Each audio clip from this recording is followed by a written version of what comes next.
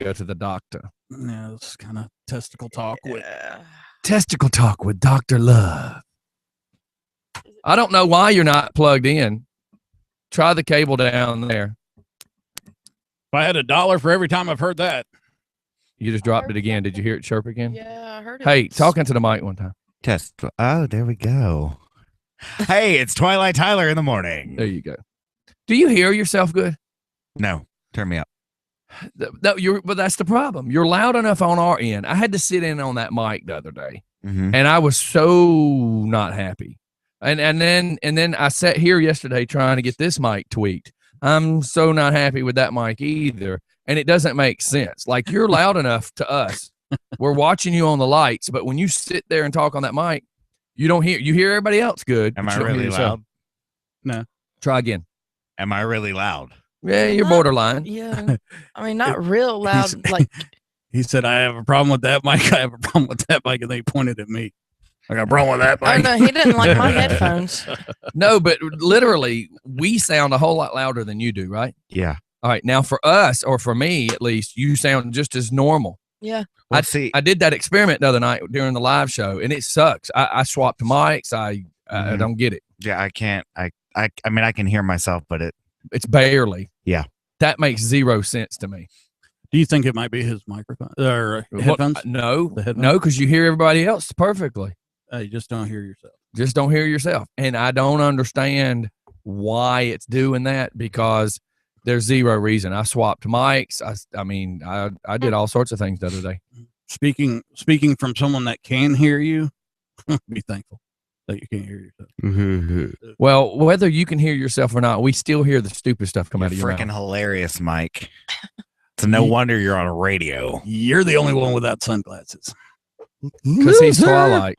Because I'm a loser. You know what stinks is yesterday after the sun comes up and everything lights up in the room. These lights aren't that bright. It's a catch-22. That's why I had them on a dimmer.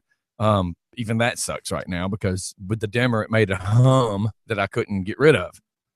You know what you said? You just said a moment ago, you just said, you know what stinks? And I was going to say your microphone. Oh, my God. Poor Joey. And I appreciate you throwing him under the bus like that. Yeah. Hey, he said I didn't know how to count to 10. Yeah, he must have hotboxed a couple of smokes in between breaks and came in here. Boy, my microphone smelled like an ashtray. Mm-hmm. And there's nothing worse than when you lean in to talk and your microphone, Steph, your microphone, when it's close to your mouth, is under your nose. Contrary to what you believe, you missed that conversation. You were out of town last week. I kept saying, Steph, you need to get the microphone close to your mouth. She goes, but it's right at my nose. Well, duh, your mouth's right under your nose. No, I mean, it was like hell out of right town. here, because come to find out, somebody messed with my microphone because Why are somebody you looking at ratted me? you out. Here's the only thing Why did I I can mess with your microphone? I don't know, but that's what Danielle said. Danielle said you were messing with They were talking about, Danielle. hang on. Oh my Hang on. God, you two think y'all just have a right to just start complaining and going back and forth bickering. Are you two married? No. As if. So anyways, she, instead of going with the part about it being under the nose, she wants to go straight to the pointing fingers at you and blaming you. Like, Yeah. you've had enough fingers pointed at you in your life. So apparently, Whatever. apparently when me and Mike stayed here working a little late the other day, it was like 1:30 and you were trying to sleep in a chair. Yeah. Apparently you sat down and did something on a mic. I did. And but the point that in which we were actually getting at is Steph wants to complain because the mic's under her nose. I can't help that your mouth's under your nose. And apparently when you were a kid, your parents didn't teach you, point to your nose, now point to your ear, now point to, apparently they didn't play with you as a child because you couldn't figure out where it is. That, or you stick your cheeseburger in the wrong place. No, it was like way up here underneath my eyes and on my nose. Oh my It God, was you're an so high. exaggerator. No, I'm not. It was. It was. This way up explains there. why she says Travis is 10 inches. That's it. This explains it. This explains that she is an exaggerator. Exaggerate. So anyways, let's hear what'd you do for the weekend. We already know you went out of town. Mhm. What kind of damages did you get into Well, or calls? it was funny because we all went to the King and Prince Resort in St. Simons. Excuse me? The King and Prince. What? Yeah, I know. That's just ironic. I don't know. Well, Yeah, I know. It's a But pretty. you're going to have to homoerotic explain this because I know when I worked in Myrtle Beach, there was a club I was told not to go to, and it was called Offshore Drilling.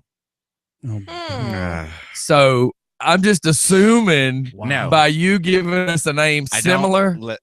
I don't. I mean, it was Why very, are very you well. stuttering? It was very well decorated, but I don't think it was homoerotic. Okay. And it was called what again? The King and Prince. Yeah, that's homoerotic. that is a bit odd. I've never heard of such place. But we're there. Okay. Heart-shaped beds, It's me. It's me and coin-operated vibrating beds, when you come in there, heart-shaped it goes- hot tubs. free condoms in the bathroom. Oh my god! When you walk in, it goes. Dun, dun, dun, dun, dun, dun, dun. I'm starting to think about the Blue Oyster Club for Police Academy. The rendezvous. You better be glad we don't have the other computer up because I used to play that entrance music for Oh, for God. Cookie. Oh, yeah, it was for Cookie. All right, let's hear it again. I'll shut So up. it's me and three other African American women, which Mike you say is the most dangerous demographic. Anyway, we're there. And Great. it's a resort. So How there's a about we bunch don't of say old- that ever Well, again? there's a bunch of old white people, okay, and then us. All right, and I was like, if anybody asks, guys, you're Tiger Woods kids. Hmm. Alrighty then. There you go. Welcome to the King and Prince Resort, Welcome to the rendezvous, where the nights never end. and the days never begin. Okay. I just had to throw that out. I don't even know where we were going with that. It's I was early. just playing with it. So you were there and it was a normal everyday hotel. I mean, well, it was a little higher class. We didn't eat at the resort because it was expensive. Right. Hmm. We went to a restaurant called the Crab Trap. Mhm. I'm waiting for the jokes. Stand Hey, by. I'm just sitting here wondering. Here's what I'm wondering. Do you go to the Crab Trap right next to the King and Prince? Here's what I wonder. When the Griswolds would get ready to go on vacation, you know, Mr. Griswold himself would whip out the map and circle every location they're supposed to go to. Mhm. And they would have it timed. Like, we got to be here. We're going to stop at City of Grand Canyon. We're going to do this. I'm curious, did you just happen to locate a map of oddities in this area? And Well, that's the beauty of Siri is we're hungry. And then Siri's like, okay, here's some restaurants. Ooh, does Siri read the difference? Like, if me and Mike go, hey, Siri, man, we're hungry. She goes, Sonny's Barbecues on 14th and 10th. And then you're like, Siri, we're hungry. And is there a new thing on Apple that I'm not aware of? The Crab Trap. No, it was the closest thing. Mike just shakes his head. God, that'd be funny. It was the closest thing to the resort that wasn't terribly expensive, but it was still kind of, pricey. Could it be the central address of where you were? Oh, and yeah. That's why it's right next door. Yeah, it's literally right next to the sea. Okay. So, I mean, ambiance or whatever you want to call it. Waiting for me. Anyway, but yeah, we go. Oh, Whoa, we've gone nuclear. Watch the toes over there. yeah, Get some that's tape or that's something. Just don't kick it. what That's Scotty the did the that's other the night. cable of yours that I got to replace, but it does Okay, I'm good. it bolts and screws and goes all the way back here. So I haven't swapped it yet. Ooh, I just got a whiff of Febreze. You like that? That was Hold nice. on. There you go. Mm. That's the best your breath has ever smelled. I'm just saying. Where was I? I have no idea. All right, doesn't matter. So you leave I'm your the intern, you it leave doesn't the matter. pretty hotel. You go to the Crab Shack. And we get a lot of looks from all the No way. people. I mean, I'm pretty So was it attractive. redneck? It wasn't redneck. It was just upper class Oh, white so people. so it was the same kind of look, just different class of people giving Well, it to you. I'd say we get to the hotel to check in, right? It's me and my friend Aaliyah. You can imagine. We walk in and the lady goes, "Can I help you guys?" Are y'all lost? I'm like, no, we Are you lost? We heard y'all needed bus boys. I mean, yeah, no, it's funny. The Aaliyah was all the whole trip. All I could hear was like, "Man, they ain't no brothers unless they serving us." And I'm like, okay, well, Man. I mean, it was true. The only African Americans were working. Wow. That is weird. Yeah, yeah. I mean, we went to the beach and we saw. and I mean, what do you want me to say? you just went from we went in there. They had no African Americans working there, and then all of a sudden you go to the beach. No, we had there. The only African Americans on the resort were working there. So what is it you're trying to say without being racist? I can't. Yeah. White people are the devil. So What's up? you drove this car down in the ditch a little bit. I'm trying to pull us out, but I'm trying to figure out why we went to Can the we ditch. just sink and die, please? Can we just do that, please? Did we start on a conversation that we couldn't have, and you just left important Look, information out? it's been a long weekend of not doing the radio show. Yeah, I see. All right, Um, Steph, pull us up something. Okay, let's see. Some of the things I'm gonna that go you home sent. You're going, I think you're stuck here. Who? Him, Oh, because he rode with Mike. Oh, I'm all gonna right. We got walk some in a dead air, second. Mike. What Yeah. you got? Actually, I just put up on our, I was putting up on the Just for Fun Facebook page about the Walk for Heroes, which will be on the 2nd. I know you won't be here. But today at 9:30, we have a gentleman calling in, is the owner of Husky Security. So looking forward to that. You know, usually on Tuesday mornings, Oz stops by. Yeah, and that's why I had the phone call for 9:30 because that's what I was thinking. If Oz comes in, I didn't want to say show up, but you know, Yeah. with him, he's so busy. Oh yeah, sure. I never know when he's coming.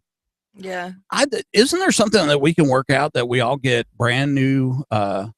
Hondas? Yeah, to drive. I mean, Yeah. I'll, I wish. you know, I'm going to throw it out there. I'll trade in. need to find out about them being sponsors. Yeah, Oh, well, that would be neat. you know, I'm glad we're spending some time later today. We're going to the social They got to go to the social house. house and to have lunch. Thank you for inviting us. Mhm. But yeah, Did you- I need to talk. Did you some bring business. another shirt? No. That's your dress nice shirt? Yeah. Oh Lord. What's wrong with it? Yeah. Look, Scotty, it has sleeves. What do you want? This is. I'm like this. How about this? I'll go with Oh you please. like this. Yeah. Hold please. Good Lord. Yeah. Okay. So we're doing that, but I was wanting to run some business by you. Do a little business meeting later. Okay. So that's cool. So now your doctor's appointment yesterday, is that something you got to wait on the results? Or you Yeah. And I gave blood, and I got to find out more about that. They're running, the cholesterol stuff. Is it the cholesterol? And then I got to go back to have my peanuts ultrasound on Friday. Are you serious? Yeah, Do they squish them like a mammogram? I have no idea. Wow. That would See, hurt. as a kid, before X Games was labeled X Games, I was doing every crazy thing you could think of on a bicycle. I mean, how far? You're a how- bike dude? Yeah, how far you can jump, how high you can go. We thought it was cool that I could set a ramp up and jump over 8 trash cans, standing completely up. The problem is you don't think about when you're landing what that's doing to your body. For instance, like my knees and ankles are not that great, but you figure, there's your 70-pound kid and the bicycle, and then when you land, all that absorption has to go somewhere. So that's your ankles and your knees. Not counting your wrecks, and wrecking on asphalt had its days, and getting racked from the center bar, is not good either. So long story short, my child is considered the miracle child because I was told several times, you're never going to have kids. You're never going to have kids. You're never going to have kids. So, when they had to check for the turn your head, So there's a lot of squishy going on this thing. I looked at my doctor, his forehead is about belly button level to me. He's sitting on a stool. I'm standing up. Which would be by Steph's nose. Yeah. Just So I said to him, You can't talk into that mic. I said, since you're down there, Mm. and he just kind of looked at me like, excuse me. You know, I said, since you're down there, there's something I need you to check on. Hey, there's a phone call. Saved by the Bell. No. Just for fun. I bet it's Jeff Mathias. And lady, Try that one more time. I had you muted. Hello. how you doing? How you doing, sir? How you doing? What's up, Egan? Good. I think you misunderstood the doctors when you were a kid. They weren't telling you that you will never have a kid. They were telling you to never have a Yeah. kid. Oh, there you go. Yeah. Jeff Mathias, do you remember you were in my life at the time that I had to go to the doctor for trauma of the testicles? Do you remember that? Yep. So I was dating this girl that was 6'1", on a scholarship to Georgia Southern for fast pitch softball. Oh, yeah. And my brother was in the back seat with her cousin. I was in the front seat. She was driving. Jokingly, I saw this woman out the window who had very large breasticles, and I said, "Oh my God, look at her boobs!" And it wasn't in a hot way. It was, "Oh my God, people of Walmart" kind of way. What do you know when you slap somebody like this, Mike, and it's just the tips of your fingers and they slap real hard? She leans over and thinks she's fixing to smack my thigh full force. She smacks my thigh, and her fingertips hit me On the jumblies. in the things. And The meat and two veg. so the next day, Scotty wasn't feeling too good because that night I barfed out the window for a good 15 minutes. Twin And bear. I And he was, sounded like Fran Drescher for a week. yeah, I sound like Fran. I could have probably sang, ABC like Michael Jackson. And there was no Beat It being sung after that either. So I ended up having to go to the doctor and got diagnosed for trauma of the testicles. And of Wow. course, there had already been a few before that too. So now that leads us up to yesterday when I'm like, hey, while you're there, there's something I need you to check out. Wow. So how's your day? It's going all right on the way into work now. Just decided to kind of take it easy. It's been a long week and it just started. Yes, today's Okay. Tuesday. I had to get out there and make sure I got the trash to the street this time. Last week I was a little stupid. Yeah, we do ours is on Thursday up there in Loganville. And we got a lot of trash this week. Yeah, ours is Monday morning. It kind of sucks trying to get it out on Sunday. We play poker Sunday, so I typically forget or have to rush on Monday morning to do it. Well, we just got a heck of a news morning going. Hey, what are you doing? I'm driving to work. Yeah. What'd you do this morning? Took Took the trash trash out. out. Took trash out. Hey, at least you took it out. I mean, look, last week, dude, I walk out there after the show and I'm floored because I'm like, oh my God, I didn't take the trash out. I used Who to have took to take the the trash out. out? Do what, Jeff? Well, back in the old days when I took the trash out, it usually cost me $50-$60 in drinks. Oh, yeah. Does nobody get it? Yeah, I got it. Who took the trash out? He is still hung and he ain't even listening to the phone call. Who How, took how do you the know that trash Mike? out? Never mind. How do I not know what? He said hung. Excuse me? I bet you're enjoying that Carson or that new office seat now, aren't you? Who, me? Yeah. Oh, no. Why does everybody keep assuming that he checked the prostate yesterday? Mm-mm. Because you said he Because was. you said he was. I never said he was. Because you said he was. No, when I Picture first this. You mentioned said it, you were going in for a prostate exam. no, when I first mentioned going, everybody kept going, well, at your age, you know what they're going to check. I never said that. Everybody else kept saying it. Just because of my age, everybody assumes that's what's going to happen. And trust me, Because of your age. when he asked my wife to leave the room and he reached for the rubber gloves, I thought that he might think he's fixing to do that too. Did you get like a little excited? Like, Hell no. That door got locked like a safe at Fort Knox. Wow. I had buns of steel, baby. You wasn't getting in there. When he told me, drop your pants, I Well. was like, somebody's awful proud of what they have. Hey, I'm just saying. Nobody's getting in there. No, we ain't getting all that personal. We friends. We ain't them kind of friends. You know, No it's really offense to funny anybody. is, I mean, because at my age, obviously it happens. I can just walk by a doctor's office. Somebody's wanting to stick their finger in me. Hey, But I hope the staph infection in your elbow. That's what they're wanting to stick their finger in. yeah, well, I mean, I don't know about y'all, but they always have so much trouble getting blood out of me. Well, I heard people have a hard time just trying to get lunch out of you. I know everybody was kind of eyeballing me yesterday at breakfast. What was that all about? Like, well, Everybody was kind of like pushing their Waffle House tabs towards me the whole breakfast. I'm there's like, normally a rule: the last guy to show up pays. that's not a rule. You just It made is. that up. No, that's our Waffle House rule. You Because actually usually- get your food before you get your food before everybody else. No, sir. No, sir. Everybody's pretty much done by the time I got But there. usually when you go to Waffle House, it's the drunk night, and the last one that stumbles out of their car is usually a guy who gets stuck with a bill. That seems Yeah, well, awful suspicious.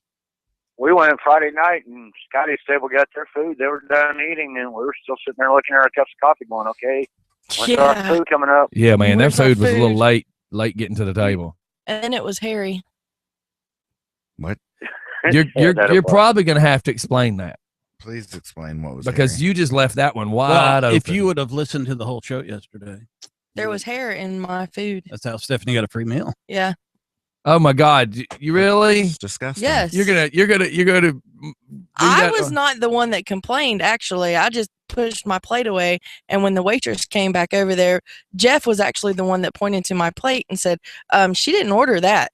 And the waitress Could said, you shave my eggs next time? the waitress, you know, she took the plate and said that she would make me some more. I said, no, don't, because they're already, The problem ready to is that's go. what I was gonna say. The problem is by the time that happens, I mean, everybody's leaving.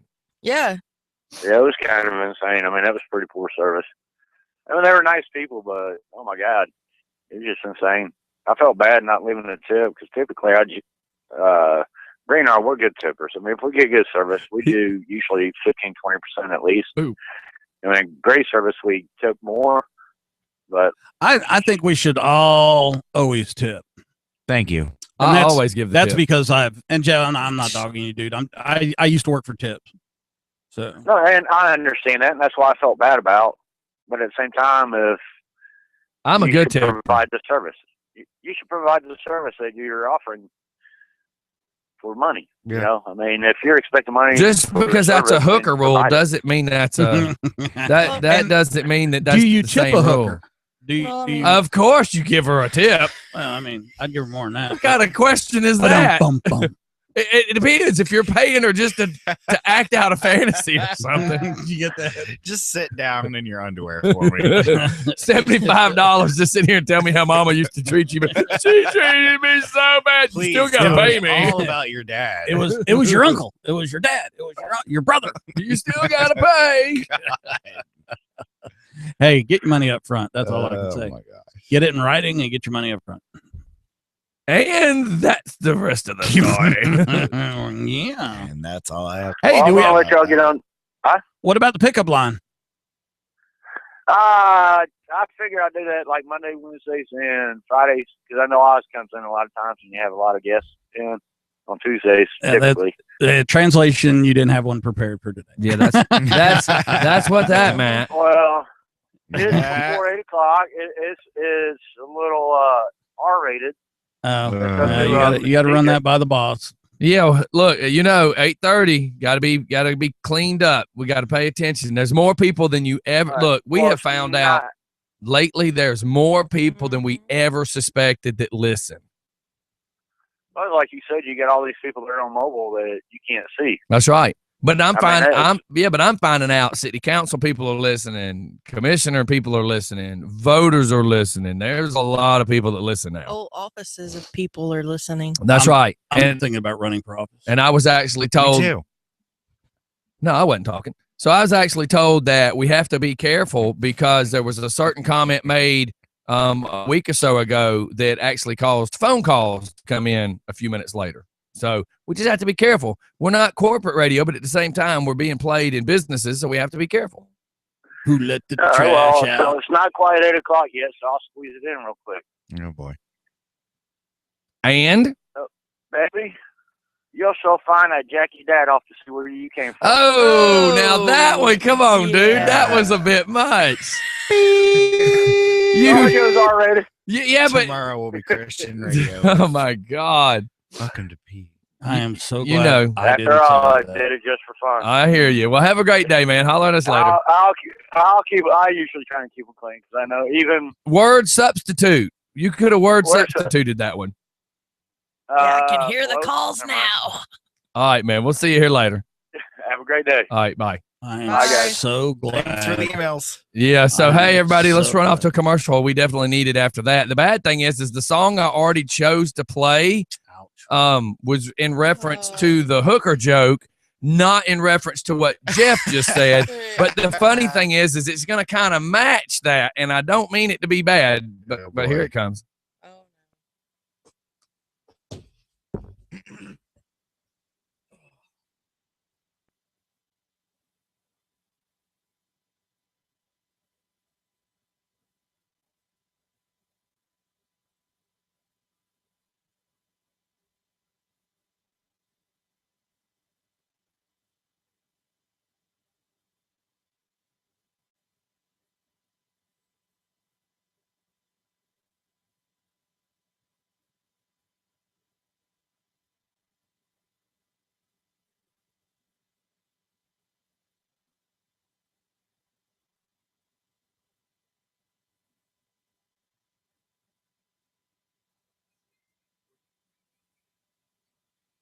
Are you going to the bathroom? You stood up. I may. Because I got to go to the bathroom. Well, That's go. why I was asking. No. And the reason I was picking on you about that shirt is we're supposed to take pictures today, and that's too colorful. I thought you would wear just a nice plain type shirt. You didn't tell me it had to be plain. You said a nice Well, I one. thought plain. I just thought nice shirt. You were like a collared shirt or something. I don't I know. don't have to follow your- Well, you need to hit the Goodwill. I hit the Goodwill. I got me 3 other day.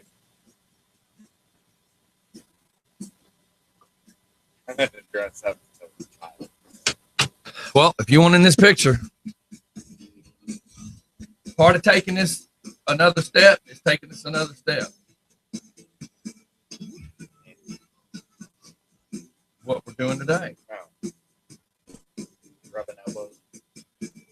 Sort of yes, sort of no. I'll explain when I can.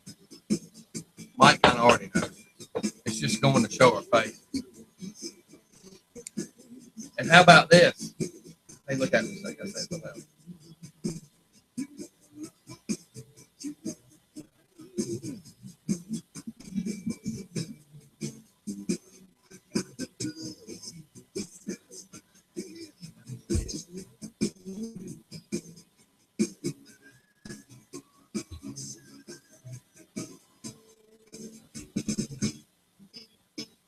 We're going to have to eat. That's fine. Before it's over with. Well, I mean, if you want me to come in and be professional with that, Because that's one of them things. Well, that's huh?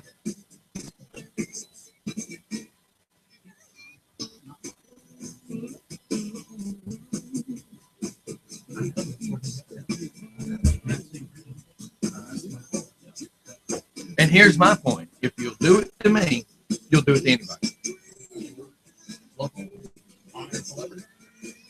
So if you'll do it to us, then you have no limits.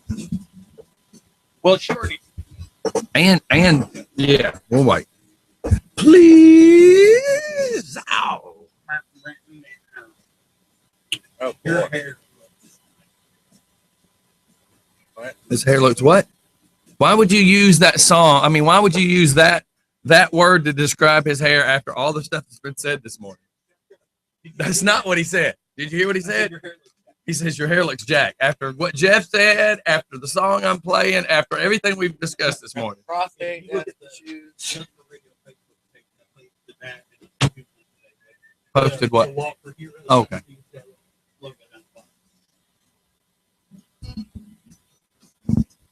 No.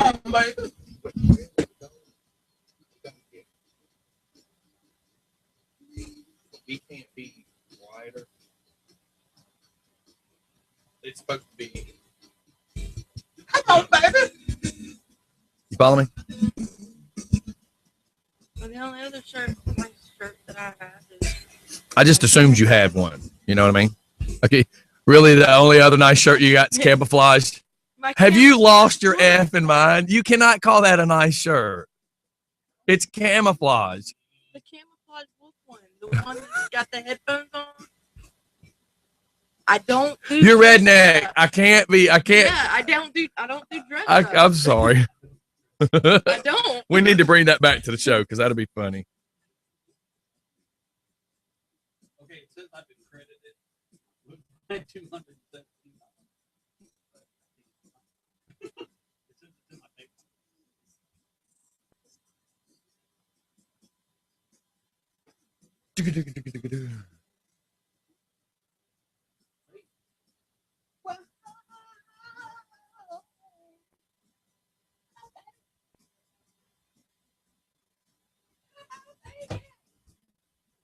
Baby, come on.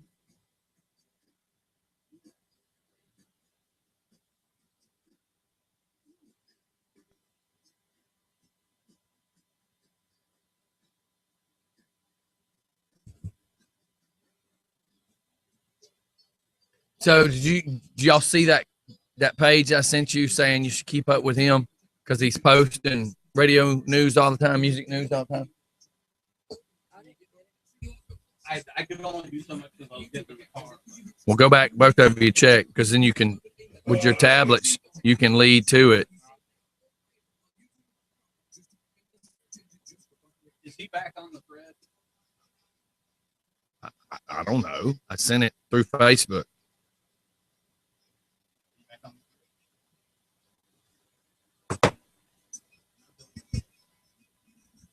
Just Fun Radio, where nothing is what you think it is. Thank you, caller. Nobody called.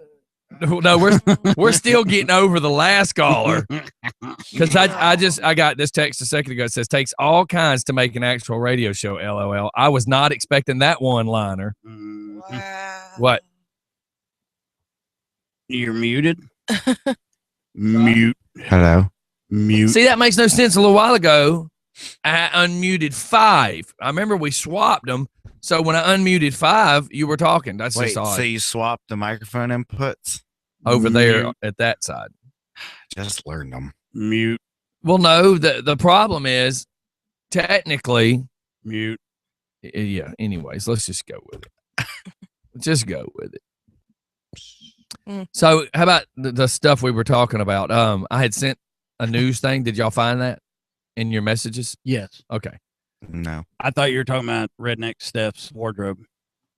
Okay, we can. So Steph, do not take this as hurting feelings. She's gonna get mad at me. She is redneck. Yeah, And why'd you have to bring it up? He was moving on to something else. Shut up, Jeez. Mike. so I sent her a message in a group thing yesterday telling her to, dress. Appropriately. Keep going, because To dress- I wore this to your wedding To dress. that I was in. Where did I get married? Just let's just say this. Where did I get married? On a bridge And where were we? in Nashville. And who really mattered about being dressed nice? Me and my wife. We were in Nashville hanging Your out. wife said this looked nice. It looked nice enough to get married in Nashville on a bridge That's 'cause- over a river Crystal's so sweet. She's in Nashville. She's just always nice. So I said, look, we got somewhere to go after the show. And I said, try to wear something nice. We got to take pictures. So she comes in a T-shirt. It's got It's not a t-shirt. It's Pink a dress flower- shirt. what kind of material is that made Dress out shirts include buttons. of? That's what I'm No, getting they at. don't. Steph, Yes, they do. it's real simple. No, they don't. What kind of material is that made out of? Oh, well, you I got me don't there. know. Is that made out of T-shirt material? I don't know. What's t-shirt material? What makes that not a T-shirt? It ain't made out of And don't cannabis. get mad. You got that look on your Yeah, face, she's and you getting should mad. be laughing. It's got a design on it. It's a But nice shirt What makes it not a T-shirt? because it's got a design on it. T-shirts have graphic What does design. this have on it? No, it has a different design on it, and it was bought in the dress area. So was there a sign at Walmart that says dress area? Yes, it I'm was just bought in thanking the God nicer I'm not at the shirt. receiving end today. Yet.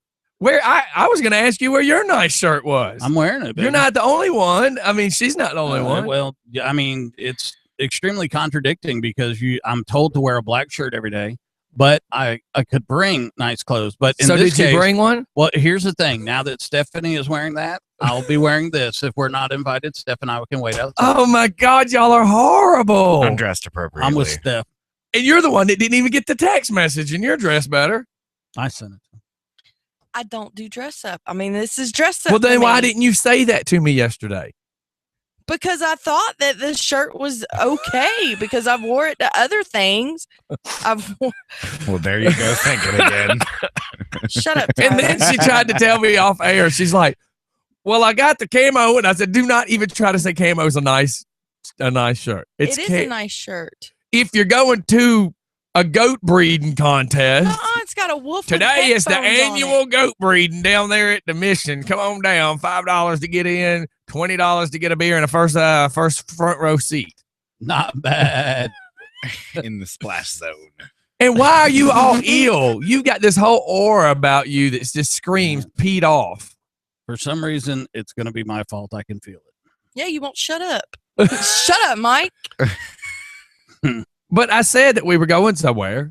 I said that we were taking pictures. Just I've say worn it. this to Just say it. many times to fusions. It's oh my God, that's Fusions in Monroe. I mean, Monroe. Jesus Christ. I've worn it to Jimbo's when we went and saw the That's Jimbo. comedians. That's comedians. Jimbo's. That's just going out goofing off. I hit the wrong button. I was, about to I was say, moving my mouse over and I still had it on the lock button and I clicked it. So, Living with the mouse. so where else have you worn it to? Have you worn it to a funeral? I wouldn't wear Yes. that. Oh my You God. know, holy crap. Yeah, I'm thinking Steph, today's look at kind me. of. Whose funeral? For real? My cousins. Oh, Yes. wow. Was there other people in blue jeans there? Yes. Oh, Okay, so 'Cause that's he was acceptable. a teenager. That's Okay. acceptable Yeah. then. Okay. That's acceptable. Okay. Oh my Lord. The love. So from now on, I wore it to weddings. from now on, Steph, not just yours. Can I not wait? just Let yours. me just explain something in case you don't know it yet. Mm. You're redneck, and most of the people you know are redneck. So I can assume most weddings you went to, there was mason jars being drank out of with the moonshine getting Oh, passed, gosh. and I guarantee there was a couple of Budweisers. Yeah. This shit like you didn't even need to answer it. We already knew. Yeah, you don't. We try to already deny knew. it. No, I was trying. There wasn't mason jars, but there was Budweiser. Let me ask you a question. What's the fanciest event you've ever been to, in your opinion? fanciest God, we need some Twilight music playing in the background. The The fanciest thing you've ever been to. I don't know. When I was a teacher, the prom, I guess. When I was a chaperone at the prom. Did you wear that shirt? No, I wore a dress. Okay. wore it. Okay. I am shocked. Why? I would have to see a picture of that. I'm not Okay. saying you're a liar. I'm saying I'm shocked. I would really enjoy to see a picture of that. Okay, I still got the dress. I can't mean, I get got- in it now. I got but a tux hanging up over That's there okay. where I've had the DJ stuff right there next to the Fox. I still can't fit in my dresses. Yeah, but you don't stop trying though. Got to give you props on that one. Never stop trying. Never give up, sir. Never grow up. Okay, so we're gonna make a mission today to find you a collared shirt, a polo style collar. I can almost can't even get it out of my mouth. A I collared have shirt. one that I used to have to work in, but it had flat. It has Flat Shoals Elementary Yeah, on it, you well, an emblem, but you can't see it. It's well, we'd have to get you a name tag that says just for fun to cover that up. We got to get some shirts. Yes, sir. That's part of the meeting today. I'm Okie there. dokie. And you need to smile, or I'm gonna get up and I would say pimp slap you, Mm. but you would be confused. Did you just burp? no, Yes, you did. no, I didn't. That Well, was a. that was her black- rebuttal. I don't. Yeah, I don't see where you sent that, but I saw where you sent Little Wayne. Little Wayne security. Yeah, I sent that too. Little Wayne. Why am I not in the messages anymore? Well, that one, the last couple things that was sent through Facebook should still be sent to you. The only reason you wasn't in a text message yesterday is I hadn't heard from you, so I didn't know whether to include you or not include you. I hadn't heard from you I all week. said I was on vacation. I got you. But I remember a text between us where I'm saying, don't worry about coming in. You're like, no, I'm going to be there Monday. And then I'm like, But then you also gave me the option anyway. I gave you the option, but that also meant you should have at least texted me to say, hey, dude, I am going to sleep in Monday. But you're 19. We're not going to hang you for it. I hope not. Now, put you in front of fire squad, maybe. But Yeah. Steph, bring that up. We were talking about that this Okay. morning before the show. There's like this weird tension in the room. Everybody needs to go like hit a bong or something. Yoga. Oh wow. That'd Okay. be cool. I was gonna I'm say not yoga. supplying your need. You go out to the dock, do whatever it is you need to do to get happy. Bogart. Come on, get happy. Baby, let your hair hang down. I'm trying to pull it up, but Utah has apparently put the death by firing squad back into effect. Awesome. And so Governor Gary Herbert on Monday gave his stamp of approval to a law that brings back the firing squad. And my phone flipped But they're out. saying they don't have one yet. But That'd be tough to do. a You're firing right. squad? Well, I mean, yeah, I mean, just to How would it be shoot- tough? What? Wait, which state is this? Utah. Okay, I'm sure there's a couple of cowpokes out there that's got a gun. Utah's so backwards. I'm sorry. Yeah, I mean, I agree. There's people out there with the guns, but who's got the intestinal fortitude to bring the weapon to bear and to shoot somebody? But you don't know that you're the one that has the deadly shot in it. That's the way they have it set up. Yeah, they They try have to make 5 it where, shooters. yeah, I so can that assure nobody you has the that anyone, feel that they well, they no, did there's it. a big difference between a blank round and a real round. Well, So- that's what they're saying, that there's 5 shooters. All the rifles are loaded, except for one with the blank round, so nobody knows which officer killed the inmate. Oh, so So- it's going to be officers. That, Yes, it's Okay. police officers. It's I, not th- just I think they should start doing it right now. Yeah. I just, this is just my personal opinion. I'm not trying to get anybody mad at me or upset, but I don't think that putting an officer through that is a good idea. I think there should be an executioner. Taking Whoever wants to volunteer. Taking If a Marilyn lot. Manson wants to put a black hood on his head and go out and kill him like they used to back, in the King days where you had the guy with the big axe. hmm Kings and queens, not any other kind of king, sir. King and Prince. Gang of Thrones. But back in the day, they big chopping block dude goes lays his head down, guy in a white guy Mhm. with a big The black hood and all that executioner. walks up with a big thing and Yeah, man. hacks your head off. See, that's messy. I just can't see the money they spend on the electrocution is insane. The money they spend on the toxic stuff they pump into your, bloodstream is insane. The feeding these guys for 50 years while they're on death row or what have you is insane. Well, right now they have this. The firing squad will be a backup method if lethal injection drugs aren't available, because the companies that are making the lethal injection drugs are saying that it's inhumane and they're refusing to make them and to sell them. So And you can go down there to the Walmart and get you a big old pack of 22 bullets for what, $17 and walk up to him, and they're put shooting a them, pillow over his head, pop.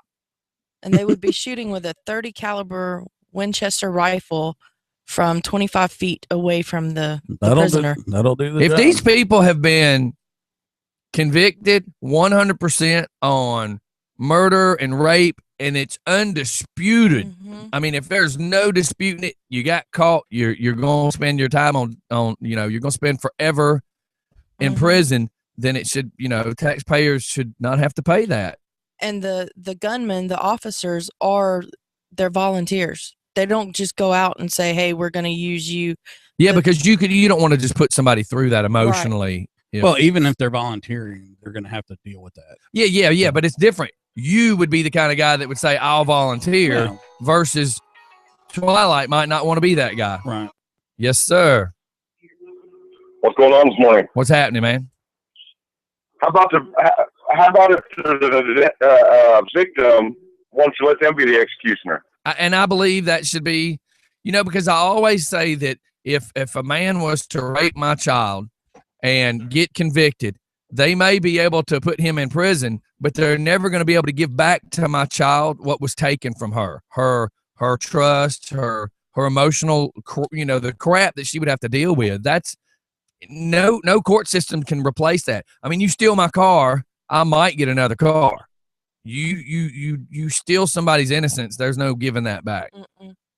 No, you're right. But the problem is now, say it's a woman that's been raped who now has emotional problems. Do we think the emotional effect of her shooting the man is just going to compound what she's already got? I mean, now instead of having one dose of weirdness, she's going to have two. Mm-hmm. And they I don't know. I think that's it depends on if you're a Republican or Democrat, I guess, on that Oh one. my gosh. Oh boy. Well, they're saying that the target, assuming that they hit their target, the heart ruptures and the prisoner dies quickly from blood loss, and it takes an average of about 2 minutes after they're shot. And how long does it take with the lethal injection? It take several minutes. 22 to the forehead does not take that long. I don't see what the problem is. The No, cleanup. That's aim why for you the heart. use. That's why you use a 22. It's not going to blow brains all over the back wall. It won't be so hard to clean up. Now, my I cousin. think, I don't understand why the state of Utah would be having trouble finding the drugs to administer a lethal injection. Why don't somebody just call Texas Department of Justice or something? They could probably help them out with that. Yeah, it's just crazy when they all each place is going to have an explanation or excuse, whatever word you would want to use.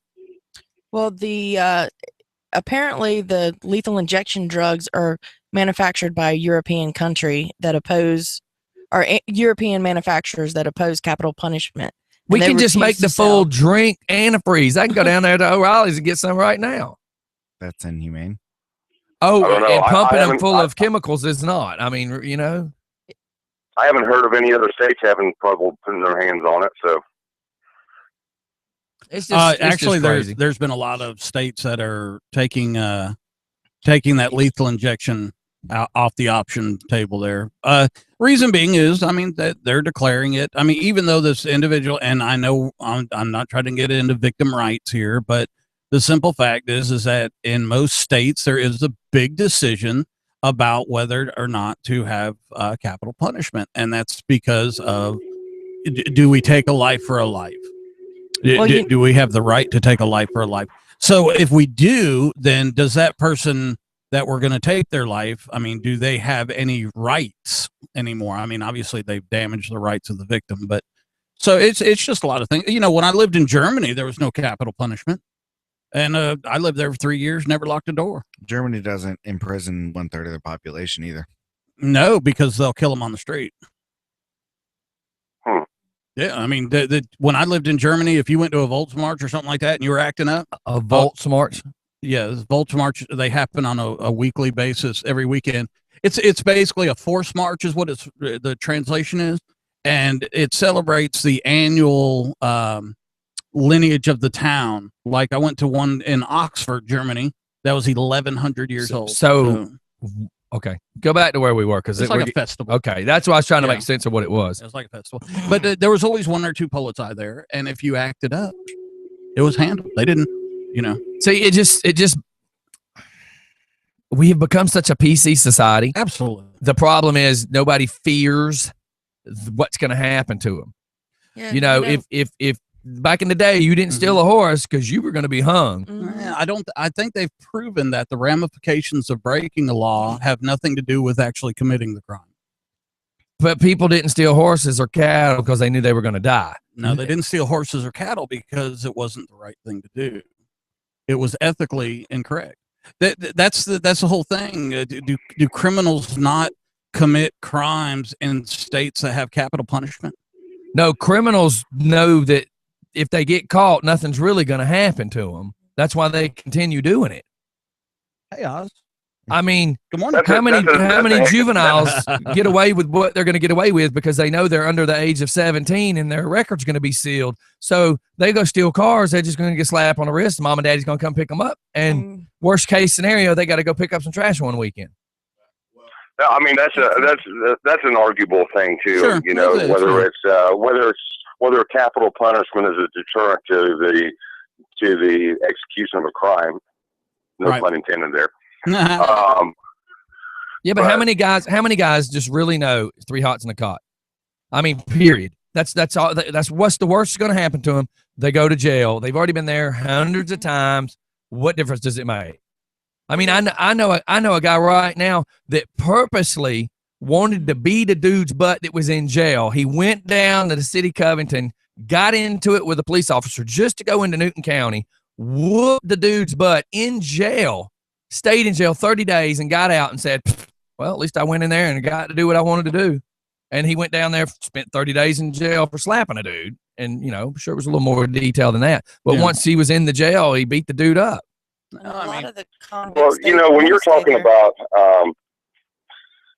predatory crime, I guess that'd be the way to list it. I don't know. When you're talking about crimes against children, hell, maybe even crimes against the elderly, I don't know. But especially if, you know, you're molesting, sodomizing, or torturing, or however you want to word it, your own kids.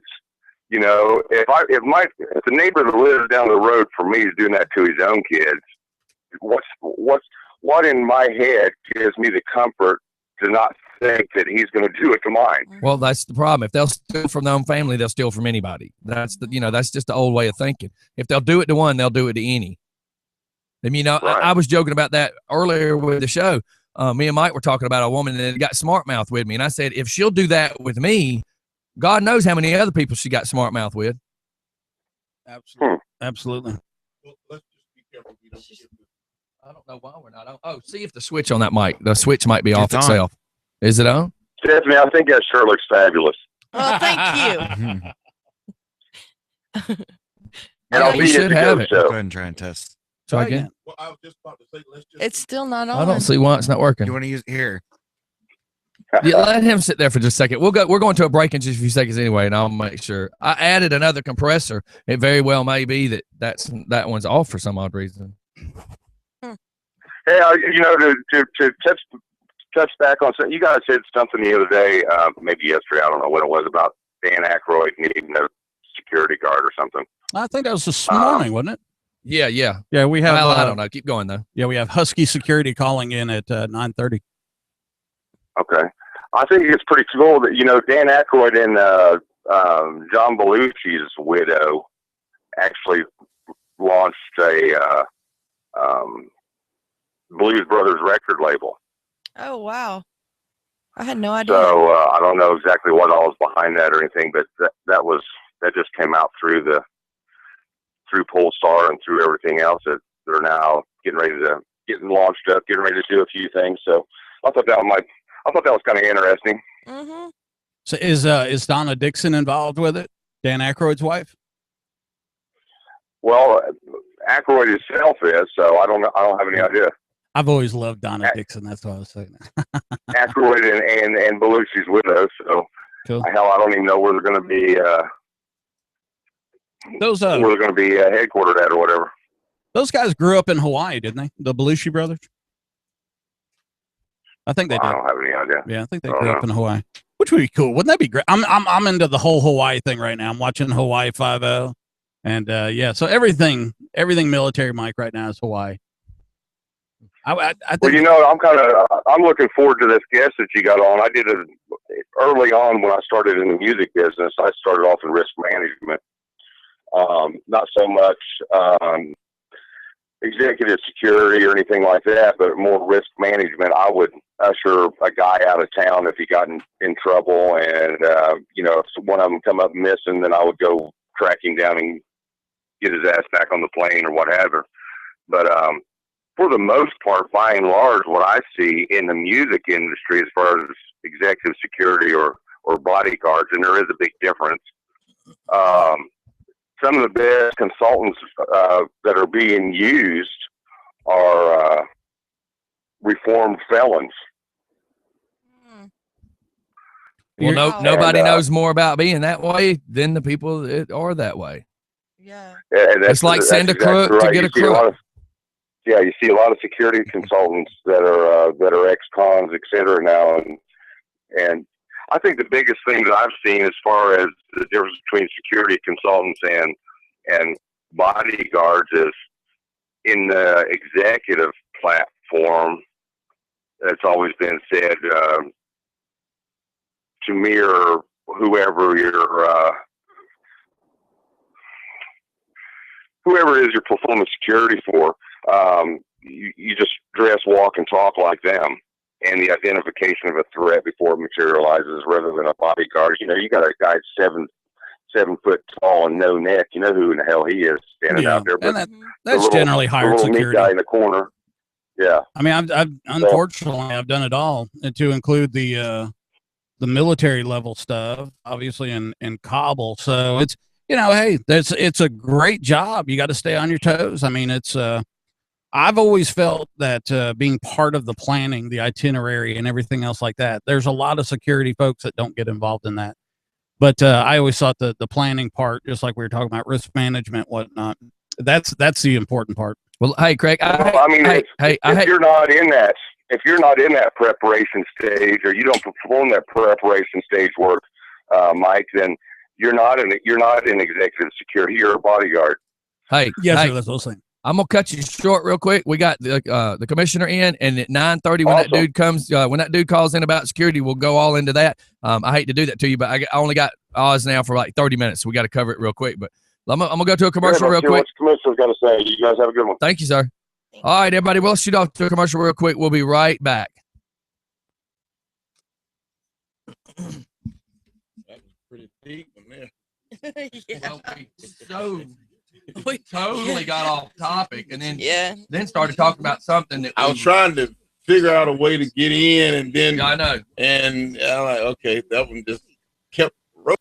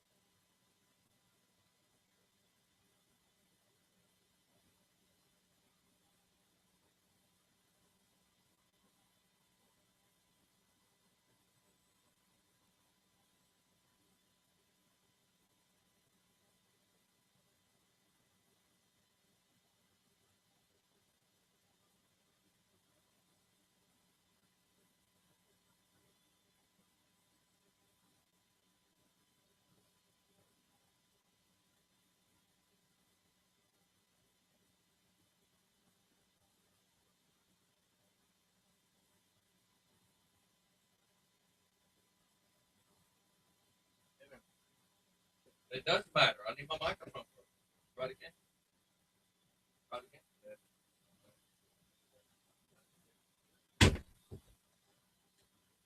Keep it up here.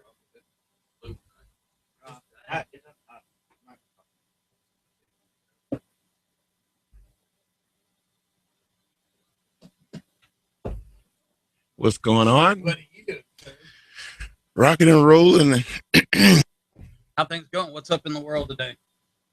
Well, today is the big vote on yay and nay for the chairman's truck, SUV. Mm-hmm. That's today. That's today. I'm still screaming out loud and begging for hams because I'm giving them away this Sunday, and I still don't have that enough. Came up well, they're coming. They're coming. Yeah, yeah, but we've been pushing them a while. Yeah. But for whatever reason, this time around, we didn't get as nearly the response on the hams like we did the turkeys. I don't know what, but one thing I do know, people come together at the last minute.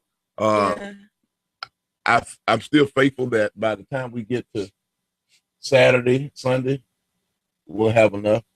I gotta put my jacket and my on. goal was 200 anyway. I'm nowhere near that. Nowhere near it. I might have 50 or 60 right now. Yeah. So, hey, what can you do? So, I'm pushing hard. Now, do you think it's Bob? Huh? Who cares you this morning? Oh, my daughter. She does it every morning. That's Stacy. Yep. I take her to school every morning. That's her 17-year-old lipstick. The thing is it questionable that Thanksgiving people are in a different spirit? They are. No doubt about it. People don't see Easter from the givings part of it the same way they do Thanksgiving. You're absolutely right. That's why I was sitting there thinking, is it That's what it a is. society thing? It is. It's a commercial society thing. Test 1 2. All of that. Yeah, absolutely right. I just turned that on. It wasn't on. That's why I told you to walk back over there and try it. I just turned it on. So is it on? Can you hear him now? Yeah.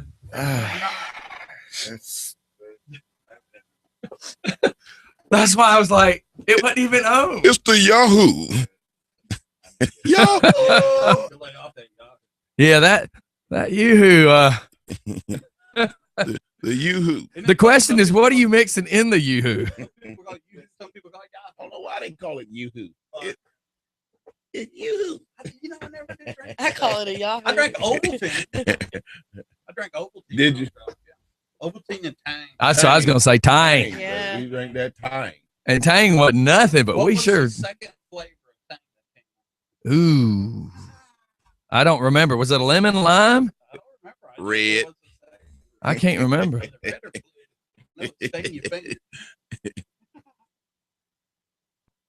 And look, I was going to come today, but we got somewhere we got to be right after the show. But next week, are y'all doing a meeting next week too? Is it Yep. every Tuesday? Every Tuesday. Okay. Unless otherwise. Okay. Sometimes we, We'll go to a commercial when you get ready to leave, because there was another thing I was going to ask you. So remind me about that, because I wanted to ask a question. Here. No, I got 12 seconds. There's no way I'll pull that off. I was going to ask it because I know I'll probably forget. It says grape and orange. All right, hang on. You hear the music, don't you? Here we go, everybody. We're back. This is just for fun in the morning. I'm drinking my grape Tang. So we just said what was the other flavor for Tang, and Steph just dug it up. What was it? Grape and orange. Grape and orange. So do parents still buy Tang for the? I don't- I mean, it's Tang is still on the shelf. Is it really? at the grocery store? It's Oh, still I there. didn't- It's Oh, I didn't still think it was there. still available. Yeah, I don't Yeah. think it. Yeah, I don't think it's available. it's Yeah, still. it's still Yeah, I've it's never still heard. available. I've never heard of it. I wouldn't do that to my kids. I know I saw it on eBay because you can order the old you school imagine? Tang Yeah, you can order a knee-high soda also. and How Jolt about Jolt Yeah, Cola. Yeah, a knee-high soda I know about knee high. or a Nesbitt orange. Is that you just trying to make up stuff now, ain't you? No. Pull it up.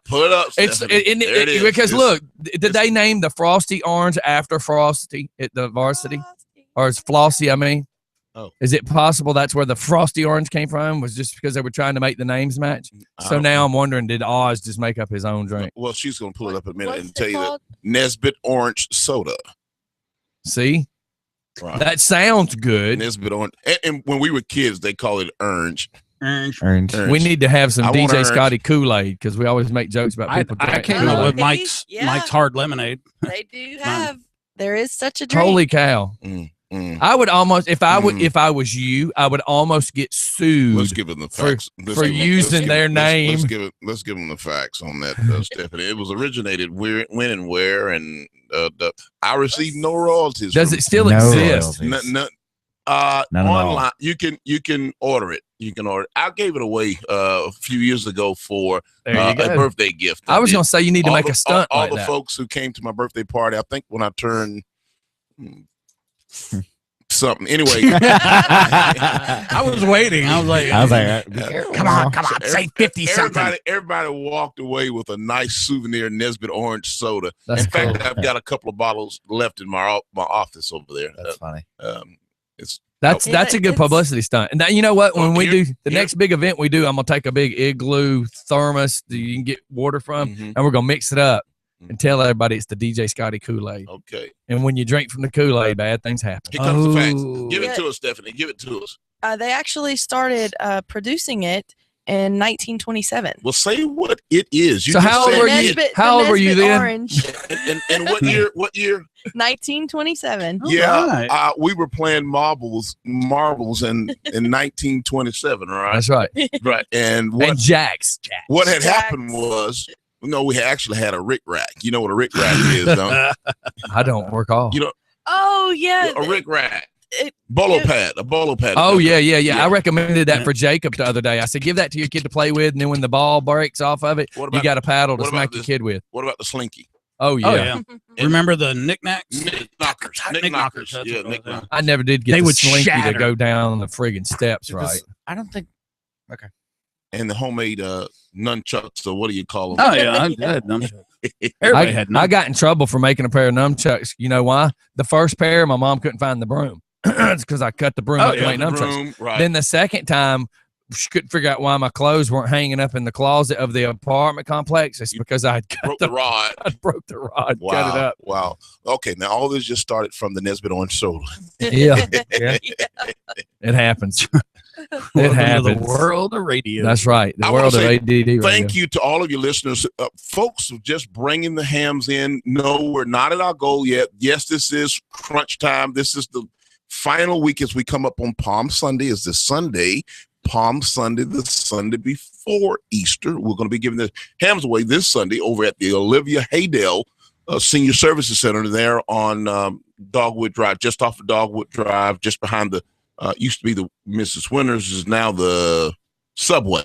Yeah, off of West Avenue. That's why I'm sitting here going, okay, Absolutely. where's the brain? Absolutely. Right near JP Car, right Yeah. there to JP Yeah. Cars. Anyway, it's not too late to bring a ham. If you want to drop off a ham over at 945 Ayers Drive at Nally Hyundai, drop the ham off there, and we're going to give this ham out along with the rest of them. And again, these are pre-cooked hams, These correct? are fully cooked hams that you can get at your local grocer. There are tons of folks. Let me just say this real quick. During the Thanksgiving holiday, we gave away the turkeys. Okay, we gave away 200 turkeys. It was a cold, wet, rainy Sunday evening, and believe it or not, we had over 200 senior citizens standing in the rain waiting to be a recipient of this bird. That tells you the number of people who are really in need out there, and some folks downplay it, make light of it. One lady actually sent me a thing on Facebook. She says, well, we're promoting unhealthiness and high blood pressure and hypertension. And I said, no, what we're doing is preventing hunger. Man. Yeah. Because the person that may have high blood pressure, hypertension, it may not be the person eating the ham. That's it right. may be the kids or someone else yeah. who will be sitting at that Easter Sunday dinner table, and that ham or ham sandwich will make a big difference. So anyway, we just want to bless some folks for the upcoming Easter Sunday holiday. If you find it in your heart, folks, we are behind on our goal of 200. We have about 60 hams right now. I'm way behind. I really need your help. I need Rockdale County to come and pull together on this project. Let's make it happen. I'll be back at the dealership on tomorrow. I'll be there all the way until Saturday, actually all the way until Sunday. And I need to get involved. I need your help, folks. We need your help out here. Yeah, we need to post that again today. I know yesterday I started posting a bunch of these charities that we've got coming up, but that's the one that's a little closer to today's date. That's the one I usually try to push them by the closest one first. So that one we need to jump on. Well, I've got faith. I believe that the people in Rockdale County, Conyers, going to come together and help us achieve our goal. Another thing I want to say, thanks to all those folks who are now calling Patty, and they're getting on my schedule because they really do want to meet and greet with their commissioner. Folks are calling and they're saying, hey, I want to meet with the commissioner. I heard him on Just for Fun Radio. Right. That says a lot about Just for Fun Radio. Yes. We've got a lot of folks that are listening, and whatever the subject or the topic that you want to talk about with your commissioner, I want to be able to hear from you, be accessible. I really pride myself on being the most accessible commissioner in the county. Some other folks may not like that, but right. It's me right now. But people want to be able to just talk to you. You know, I made the joke to the girl at Harley the other day, Tammy, and if she's listening, I'm fixing to poke you Tammy one Lee. time. I'm gonna poke you with the hot poker. But I had called and said, hey, we're coming over the bridge. I was like, hey, are you at Harley? She goes, yeah, why? I said, well, I'm turning around now. Literally, we were turning around. And she's like, well, you need to make an appointment. And I went, really? If it's got to the point where I got to make an appointment to come talk to somebody at the motorcycle shop, we got problems. So I poke at her about that because she's gotten so busy too. And it's kind of like us. We've now, we've grown. We got more people ever listening. We didn't even realize this many people were listening. So I understand now the whole make an appointment, because you being a busy man, if there's 10 people in front, the one guy that shows up is going to be like, man, I've been here an hour. I need to talk. But if you don't have an appointment, then you don't have an appointment. So I'm learning the hard way. Well, I appreciate you saying that, because I think in the world of doing business, in the people business, sometimes people get really offended when I say call Patty. Yeah. Well, I'm saying that for several reasons. Just like when I answer the phone, I say attitude is everything. Right. When I say call Patty, what I'm really saying is, if you really want to meet with me, or you want me at your event or function or activity, and you really want me there, call Patty. That's because right. she keeps it organized. I can't keep all those dates and times. Why do I have to call Patty? Why can't I just go straight to you? Well, because we're running a business. Yeah. It's an organization. And in order for me to represent you at my best, we need to have some structure, some That's right. order, some discipline. Hey, we know that around here because we need that ourselves. Absolutely. So thanks to all the folks who are calling in and wanting to meet with me. There's tons of folks that I've not had an opportunity to meet yet here in this community, and I want to talk to you. Even the tough questions, I say it all the time. Yeah. I'm always willing to address and answer any tough questions, or if you have any of those, yeah, I want to answer those as And well. and the thing I've realized about making that appointment here's the thing, and I'm just going to throw it out there. If you get offended, you get offended.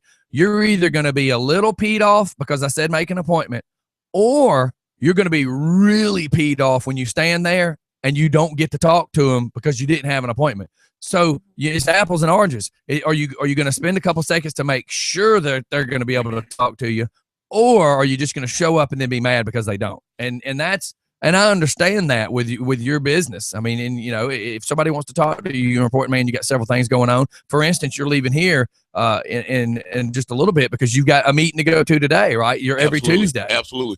And I really appreciate you saying it, because Patty calls me every day saying that someone has dropped by the office. Because what most people don't get or realize or understand, and I think we talked about it here on the show, that I actually have another full-time job. So I'm working 2 full-time That's jobs.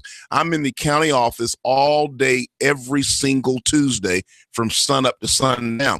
All other days, including Sunday, I'm over at 945 Irish Drive at Nally Hyundai trying to pay the mortgage. And they need to remember, too, if they show up to Nally, you're working to sell cars.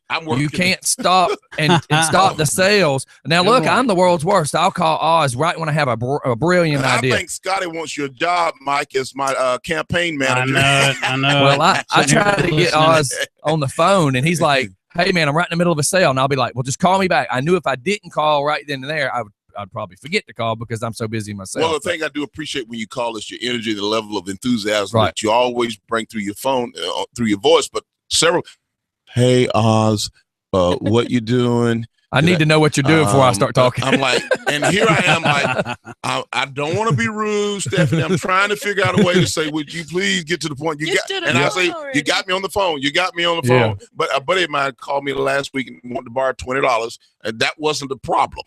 The problem was it took him forever to get to the $20 part of the conversation. Well, I try to feel out where you're at. I said, Tony, what?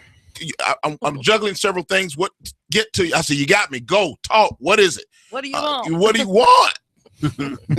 Well, I can tell you what a listener wants. They want to know if it's tax deductible if they donate a ham. Well, to be perfectly honest with you, we're not set up where it's tax deductible. It's not a big charity. This is just helping. I didn't say this is one of those just simple go to the grocery store out of the goodness of your heart. Right. I call it, you take your receipt and do it. Right? I call it raw help, pure help. Mm-hmm. You there's a need. You have the extra $8 or $5 in your pocket. You're gonna go over to Walmart. You're gonna purchase the ham, and you're gonna satisfy the need, and that's it. So that's it. That's one pack That's of cigarettes and one beer that That's you're not it. going to have at That's the bar it. Friday Now, night. But I don't want to sound in no shape, form, or fashion that we're disrespecting the No, I interest don't- of I that don't think so. person. Yeah. But this is just a pure need. It was like the friend of mine That's that right. called me and that needed Well, $20. well, this is- I just gave him $20 and But- la la la. That's But at it. the same time, this is a Oz Nesbitt put together.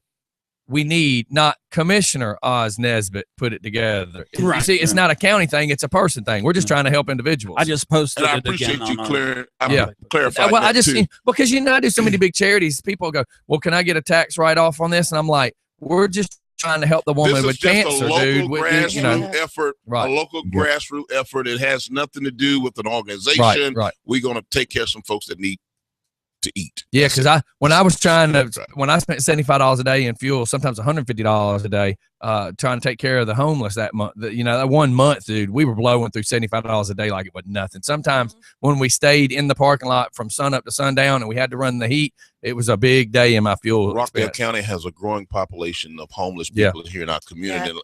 Something that eventually we're going to have to address as a whole, as a community.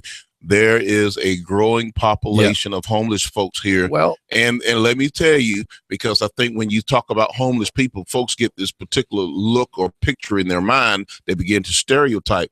Yeah. I'm talking about people who were once employed, once had a home, a place, a family. They were people just like us, right. but their life happened, life as life happens. Yeah. Okay. And they found themselves. I just Well, anyway. me and Mike had an encounter 2 or 3 weeks ago at a local place in Old Town Conyers, and just something was asked about who I was, and I explained, all the charities I've done. I explained that last year, I personally took my money with helps of people and funded us going to feed the homeless. And this one lady kept getting smart with me and said, well, they could have went to so-and-so. I worked there. They could have went to so-and-so. And she kept trying to boast about these businesses that take care of the needy families. And I said, but the down problem is we're talking about homeless. And what you're talking about, where you are priding yourself while you're trying to talk down to me, where you're priding yourself as working, you have to have a driver's license. You have to have a social security card. You have to have a mailing address. You have to have a proof that you live at this address. I said, now the guys that are homeless living under the bridge have none of that. And your little organization that you're talking down to me about can't feed them. Oh my God. I'm so glad you said that. Now you're taking me back to the turkey drive again. So we gave the turkeys away. This older gentleman walks up. Listen, when I pulled up, there were already 200 people standing in the ring that day. And I popped the hat. The guy that was working on the team, he says, Commissioner, how are we going to do this? I said, I'm about to tell you how. I said, the moment I popped the hood on the trunk of this SUV, start handing turkeys out because it's pouring down rain and we don't need people waiting any longer. So here comes this guy walking up to the back of the SUV to get one of the turkeys. And this is exactly what he says. You mean I don't have to fill out anything? You don't need my ID? I'm like, no, sir. This is cut and dry and simple. I'm handing you a turkey. I don't need to know your name. That's right. I know that you're here. That means you're in need. And because you're here and you're in need, here's the turkey. Happy Thanksgiving. What folks get disconnected with is when they're so in tune or unintouched with what's going on in the real world, what you actually said about having a driver's license and all. Right. Listen, a person who didn't have a roof over their head last night, or they slept under a bridge or on a park bench, listen, a cup of coffee, a ham sandwich, or something to eat doesn't equate with filling out a freaking That's right. form. And that's why when me and Mike were having a problem with this young lady, she kept boasting about how she works at the right place and she works at the better place. And what I was doing was nothing. And I was trying to explain to her, I funded this. I didn't have some big company donating all this money. Well, I'm not requiring them to have all this stuff. We just wanted to help. She was out of touch, and I can guarantee she's probably one paycheck away from being just like the people she's talking about that she can't identify with. And Yes. she's been so removed from reality. And I'm not hating on folks who've got it made, because God bless the child that has its own, Right. but you have to be real about what's happening in the world. If you're going to be in service, and that's one of the things I harp about, if you're in a public service position and you're on the other side of the counter, I think it's always best that they hire people that have recovered and come from the other side of the They counter know it. because they know how better That's to right. serve people, because guess what? They've been there. That's right. And people get my Well, gra- we- my yeah. grandmother would say it. I say it all the time. Y'all getting besides yourself. Well, People- here's the thing that will gets get me. besides themselves, and they just forget. They get amnesia, amnesia, and they just get besides themselves. Well, the thing that makes no sense to me, and the situation that we're discussing, Craig, I'm gonna have to hit you right back. Why when him and I, me and him together ran into this woman at one time, and then last week I went back and had to deal with her again. My whole thing is if you work for the city, you technically work for us, right? Because you're technically working for the city. Taxpayers. So when I come in to address you about something, your number one thing could be or should be, good morning, how can I try to help you resolve this problem? Instead of getting smart with me, telling me that what I did was wrong and I went to the wrong building and I talked to the wrong person, why don't you just forget that took place and just say, Mike, what can I do to resolve this for you? How sir? can I help you? I Take care of the need. I Thank think you. we're all in agreement that whenever somebody works in this environment, as far as customer service, let's just say, Yeah, or call it that. something that, to keep it non-specific, if that person, or even in charity or volunteer work, if that person's purpose, if what's driving their train is their own agenda, then I think we should all admit that that's a dangerous recipe. Yeah. And nothing good will come out of it. That's right. I mean, that's unfortunately, you see that everywhere now. But the simple fact is, and here's where I get in trouble is at my age, with my experience and my intelligence, I don't tolerate it. I don't tolerate it. And I didn't used to, but here lately I have to swallow my own pride because I've developed the mentality of I got to play nice in the sandbox. But the problem is it makes me want to turn around and put my finger in the person across the counter's face and go, who are you to think you can talk to me that way? You are sitting in a position where you're working for the city. Who are you to discuss yourself like that? Let me. May I interrupt really quick? Everybody know Joyce Meyer, No. the evangelist, the pastor. the evangelist. Okay. She's listening to our show. Oh, wow. She just sent me a message. Great. Well, nice hearing from you. Welcome.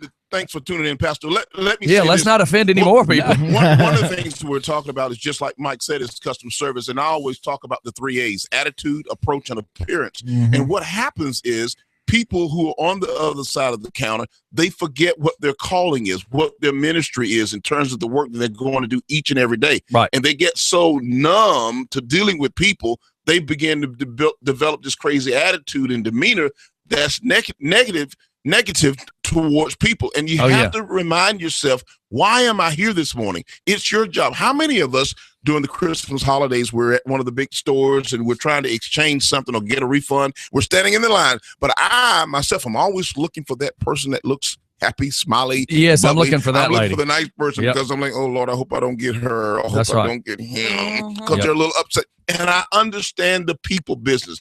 I love it, but it can be the most rewarding and the most challenging all at the same time. I think we have to think on both sides, as a recipient, as a consumer, and as a producer, the person on the other side. It's a touchy world, but when you are the person that's on the inside of the counter, behind the register, behind the glass window, you're supposed to have a little bit more wherewithal to be able to tolerate and stay. When you talked about putting your finger in the person's face, Oh, yeah. let me say this. I mean, I wouldn't, but Well, I want to. We live in a world now that we don't have customer service reps who have not patience, but tolerance to be able to tolerate a few things before they press the button. Security. Right. There was a time when a person could engage and rant and rave, and a customer has the right to complain. Yeah. I think people forget that. That's right. And just because I'm complaining or upset about my bill or whatever the case may be, that's not a cause for you to call the police. That's right. I'm just venting and frustrated about I hardly have enough money to make this, and you telling me that this is not enough, you still gonna cut my services off anyway. Right. And the way you're saying it to me, you've personalized it as if you're in control of my utilities or my services. That's right. Wait a freaking, and then when I get a little upset, let's get security in here. Wait a minute. That's right. So now my utilities are going to be cut off, disconnected, and I'm about to go to jail because I'm a little upset and frustrated and emotional at this moment. Right. And on top of every damn thing, you're going to send me to jail. That's right. And the problem is they have to remember that we're the customer. That's the thing that gets me. And like I actually now have to plan. I'm going to have to call and make an appointment to have a meeting with the city manager of Conyers, because as of now, due to the things I dealt with on Friday and prior to that when me and Mike went in there, I don't even know that I want to bring any of my business into Old Town Conyers. Well, I would.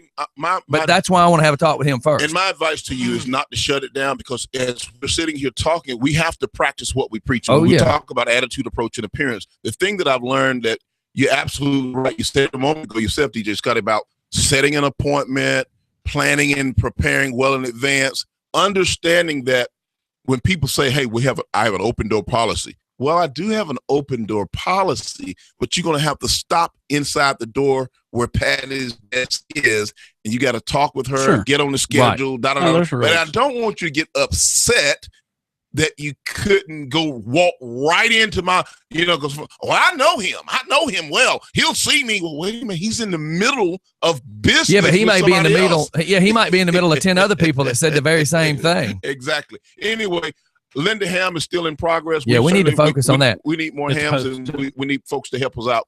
Let me call Craig back. Yeah, real quick he just asked if he has one question for you, and while we're doing that, here again, sir. I'm impressed. You have a full-time job, commissioner position, doing these volunteer works. Thank you very much. Thank you. We just need more people like that.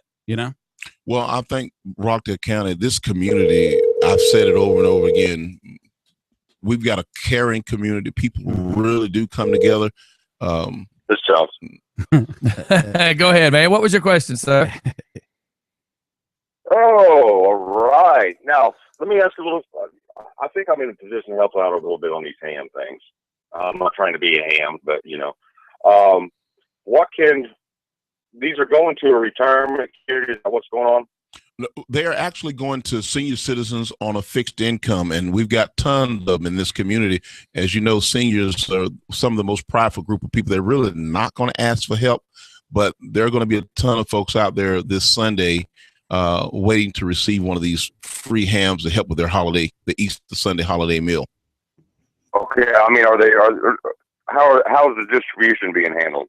Well, we've given them a location where we're going to distribute the hams over at the Olivia Haydale Senior Services Center. And then, as you know, the Senior Services Center is where the senior citizens meet every day for activities and whatnot. So what better location? I didn't want to have it at a particular church. Well, you keep it friendly. I wanted to put it on a neutral ground. Right. And the Senior Services Center is a neutral ground. They're familiar with that. Those that don't have a vehicle can get their children or whomever to get them a ride over there. There were 200 people back in Thanksgiving that was there for the turkeys, and I'm expecting about the same amount of crowd. And this group is just simply a group from the community altogether, a group of folks who have heard about it. They've heard the announcement in the local churches or through the community, and they're going to show up.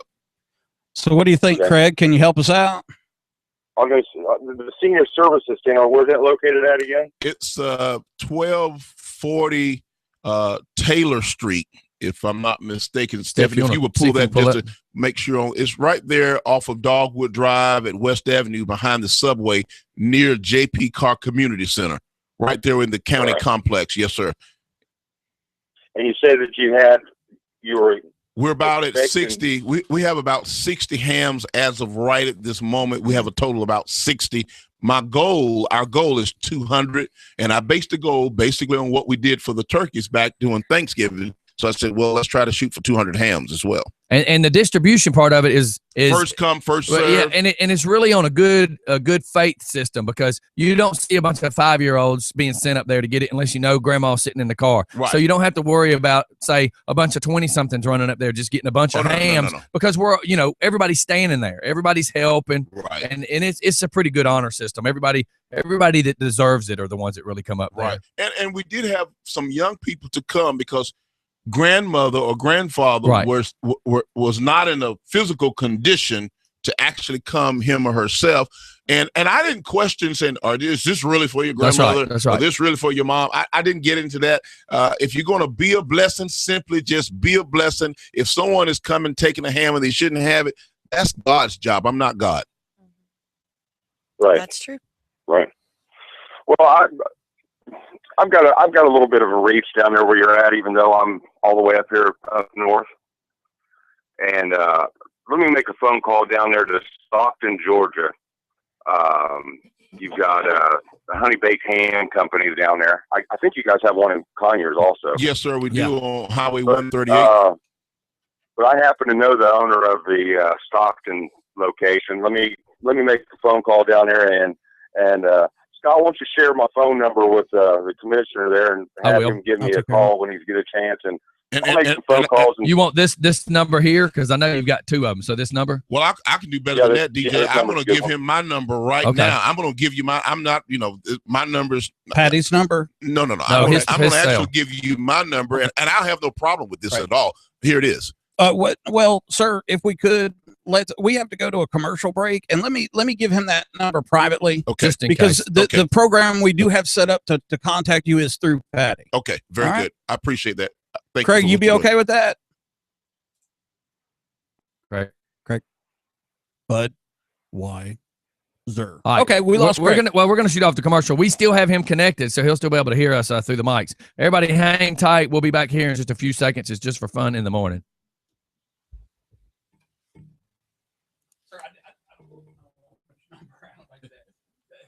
There's no telling how many people. And remember, the mics still will be on video if you do anything else. Oh boy, is that you? Did nothing. Throw that yoo-hoo away from me, please.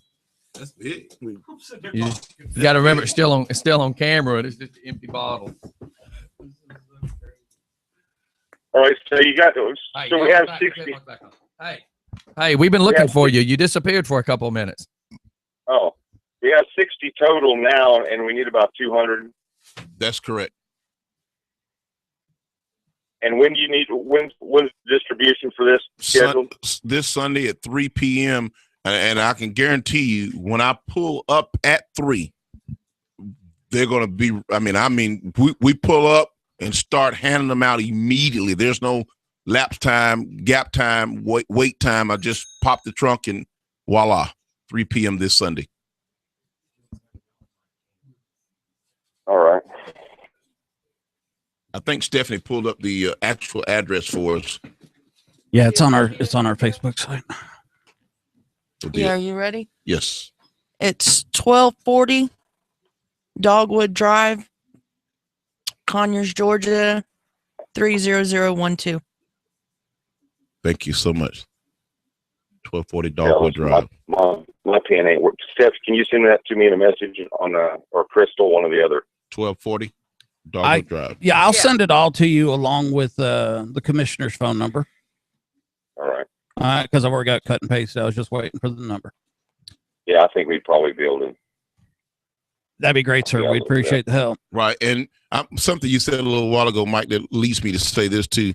This is not a county project, as somebody said. This is not a county project. This is a Commissioner Oz Nesbitt project. So Patty is not in on this because that would be a conflict for her to get in on that. Anyway, we're moving this community farther away from misunderstanding what a commissioner should be and how he should be representing a community with his projects and activities that should be coming straight out of the county office, as they do in a gazillion other communities. Yes, sir. And I'll turn it over to DJ Scotty. Thank you, sir. Thank you for your support and your interest. We certainly do appreciate you. God bless you. Thank you, Craig. Well, I ran a nonprofit. Well, I still have a nonprofit, Family Crisis Network. We were originally based in Houston, Texas, and I had Joe Osteen and his wife on board with me. Wow. Oh, and I got to rub elbows and meet some good people that were really, really involved in food drives, veteran right advocacy, elderly law rights, and we went around and around with the city about how the homeless were congregating for food, and it was because of the programs we had put together was reasons why they were congregating in certain areas and they hated it and that kind of stuff. But I've made contact with some good people. I think I can make a few phone calls to probably help you out. Oh, that'd be awesome. Thank you so much. Don't forget to send me a friend request on Facebook, and I want to make sure that all of our listeners know to do that too, because I want folks to keep up with what we're doing. We've got a lot of great, fun, exciting things that's getting ready to come up throughout the spring and summer. And I definitely want people to be aware of what we're doing for the community. And a lot of those initiatives and events that we're going to be doing, DJ Scotty, are just down to earth, grassroots, people to people stuff. And just that's people to people. That good fun is why people to people stuff. When I saw you and met you and the energy me and you put off, I said that's why I wanted you. People tried to get all into the Oz and the political stuff, and I said, listen, there's a forum for political somewhere else.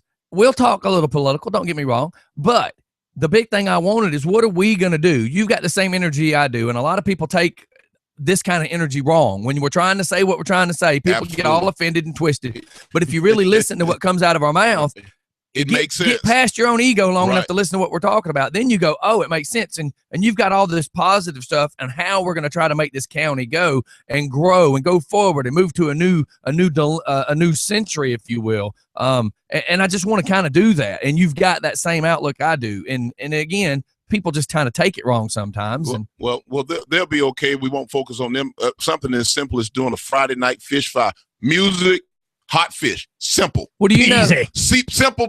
Right. That's it. Do you know I volunteered? Hot fish and fish fry. Get the fish, let it flip and float, baby, and put it between the pieces of bread. Right. Let's play some music.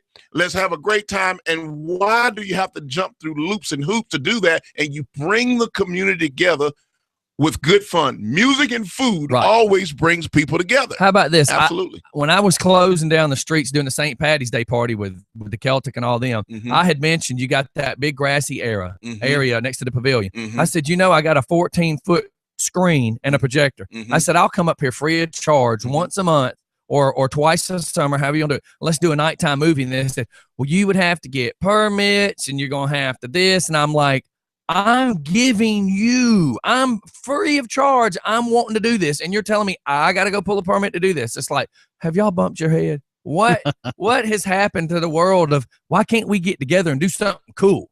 And everybody's like, you got to get a permit. You don't have to do this. You have to do that. And I just gave up. I mean, I'm the kind of guy, I reach out for a piece of candy 3 times, you slap my hand, I'm going to quit reaching. Well, you have to have creative people in these positions and in these areas inside local government. However, being a part of government, I do understand the liability factors that the community, the county, and the city, it does have to cover its own and cover itself when it comes to liability. But basic, good fun, if you have a thinker who can think about the people, then you can do some basic grassroots events that don't mean you got to get a signature from every member of Congress.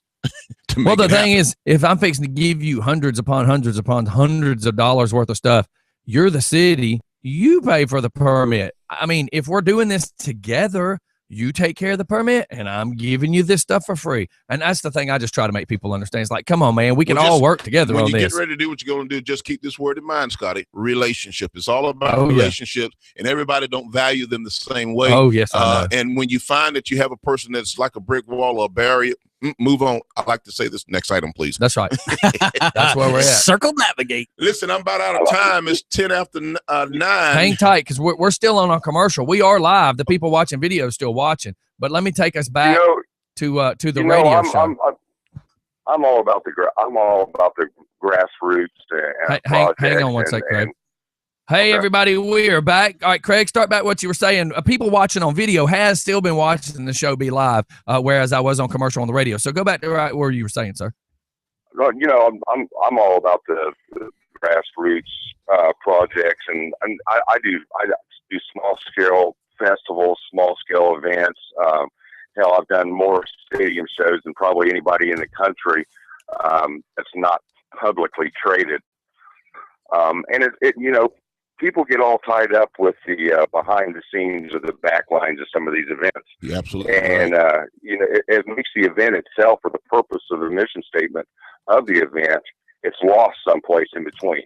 Simple is not complicated. Simple is not complicated. What is it? Keep simple, dummy. Simple is not complicated. Keep it simple, stupid. That's KISS. And some people take the turn a mountain into a molehill. Just simple is not complicated. We need fish. We need fish cookers. We need music, and we need people. A, B, C. There's your party. That's right. There's a cookout. And you see, people put that to the side, feeding people, having a good time, getting together, blah, blah, blah. Instead, they're focused on, okay, what happens if Susie Sausage Head gets sick and dies? Right. And that's the liability part of it that we talked about. So that is important. It is, because we live in a crazy world out here. So that is the part that the city and the county and the local governments, they do have to protect themselves against that type of liability. I get it. I understand it. I represent it. But at the same time, we have the factors in place that we can put in place so that we can safeguard ourselves and our community against that. Somebody eats a piece of fish and get a fish bone and get choked and blah, blah, blah, blah, blah. That's why we're going to have EMS there. That's why we'll have the law enforcement there, because as good a time we're playing, we have pure good intentions. Somebody will mess it up. Somebody, right. Absolutely. But it still we shouldn't punish the whole world because of what one or two people may do or decide to do. That's right. Absolutely. Let me tell you why I like the commissioner being on the radio.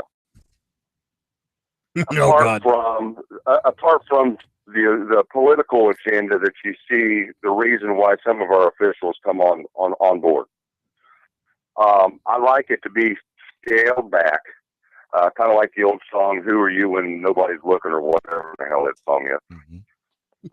That's how I determine how I get involved in a particular group. Anybody can put the mask on and wear the political mask, wear the Mr. Nice Guy mask, wear the preacher mask, whatever. But you scale it back and you kind of discover what somebody's trying to do and the reason why they're trying to do it.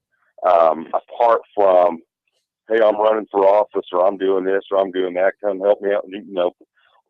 I don't want to hear any of that crap. Mm-hmm. Call me and tell me, hey, I need 200 hams. And I've got a staff of 3 people right here who start blowing the phones up here in about 15 minutes. All I got to do is push a little button and send it out there. So I support stuff like that if I can identify with the person, not the office, with the person and what the goal is. And that's why I'm on board. I'll let you guys go, and I'll get this out there, and we'll be in touch. I appreciate it. Thanks, Craig. I really appreciate what he just said. And this is my final comment as I get ready to leave out, because we're hard in the campaign season right now. You're about to see a lot of folks you hadn't seen in a long time show up on the scene, asking and requesting and doing photo ops and doing events, just like the man just said, just because it's that season for them to get notoriety.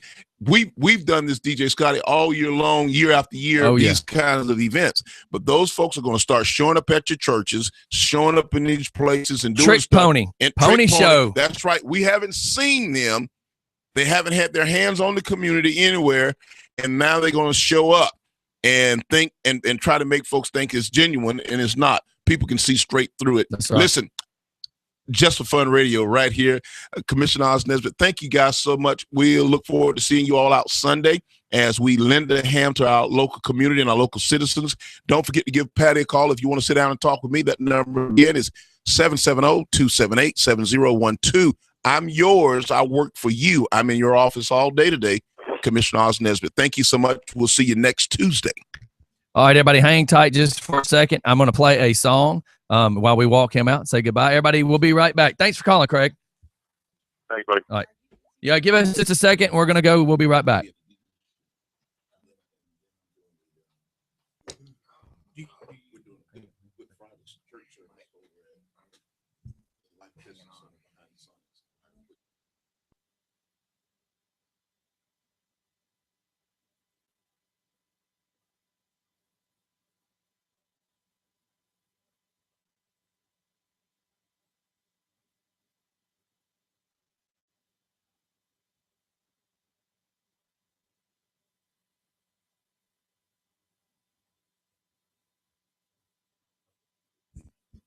All right, everybody, hang tight. We'll be coming right back in just a few seconds.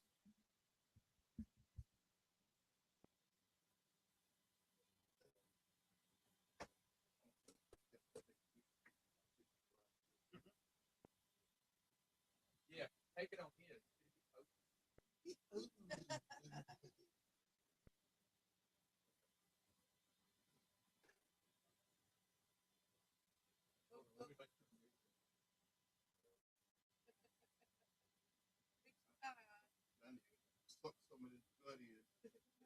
Oh.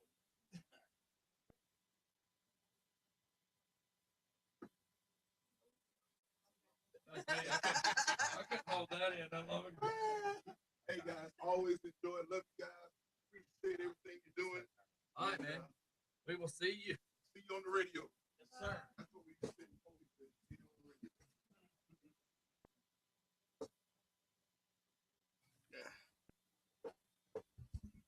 All right. Is everybody okay this morning? I was like looking at you going, what is wrong with the boy? You still tired. That's why I said take Monday. And you were like, no, I'm going to be there. I'm like, there's no way you're going to party all weekend and make it here and everything be okay. When you don't see somebody that you see every week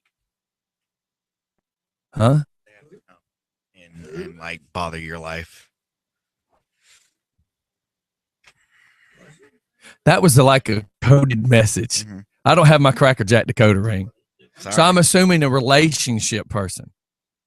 Okay, so why didn't you just say that? I don't know, dude. So listen, I just lay down. there's a recliner. You apparently sleep in it really well. You should go lay back. I'm really tired. I'll sleep in it. Go lay back in that brown I'm recliner. fine. I'm sorry, Sky. It's okay. So that person was watching, huh? Or listening? I'm telling you, I found out there's so much that I didn't know. Yep.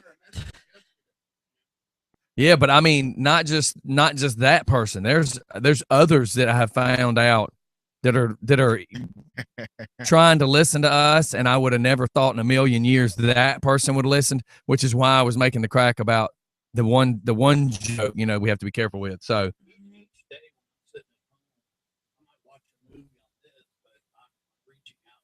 right. Here we go. All right, just for funners, we're back. Yeah, we're sitting here having a conversation. It's so funny because some of the people on video watching gets to see everything. They get to hear most of what we talk about. I would say a 75% maybe they get to hear, where some of y'all only get to hear 50. And the people that are watching it are basically 25% smarter by what I'm joking. Okay. So, and then a lot of people get to go home and watch it all over again. But you know what I'm trying to get at is we're finding out there's more and more people that apparently listened than we ever thought.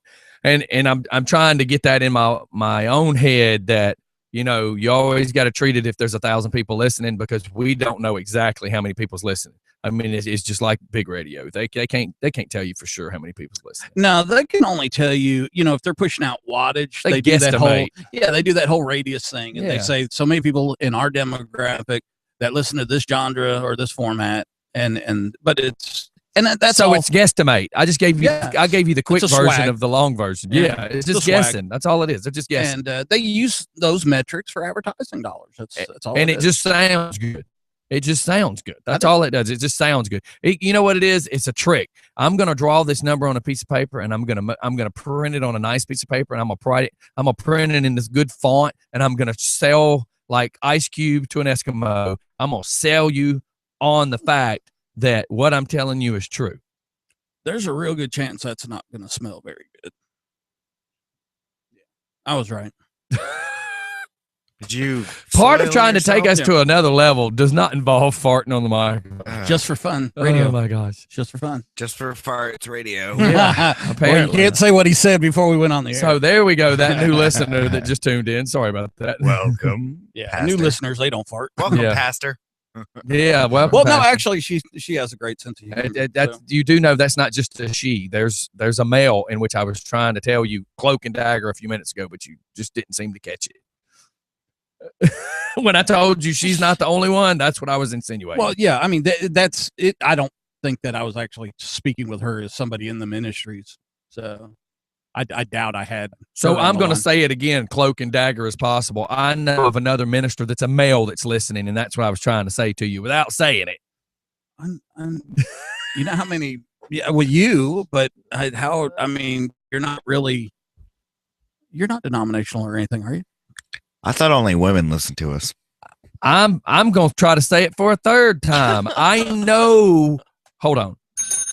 Do I got your attention? Well, yeah, I'm looking at I know. You want me to steal third? That there's another one listening because I spoke to him on the phone the other day. Oh, okay. Can we not say his name? I was trying not to go there. Well, I mean, I'm sure he would be happy with the fact that we. I'm sure I'm saying no. Okay. All right. No, Good Lord. Apparently we just forget it radio. No, but I just one day I just want people to go with the flow, the way it's going. Come up with a news report. I mean, I know we sent stuff back and forth. So Angelina Jolie is in the news again. New lips.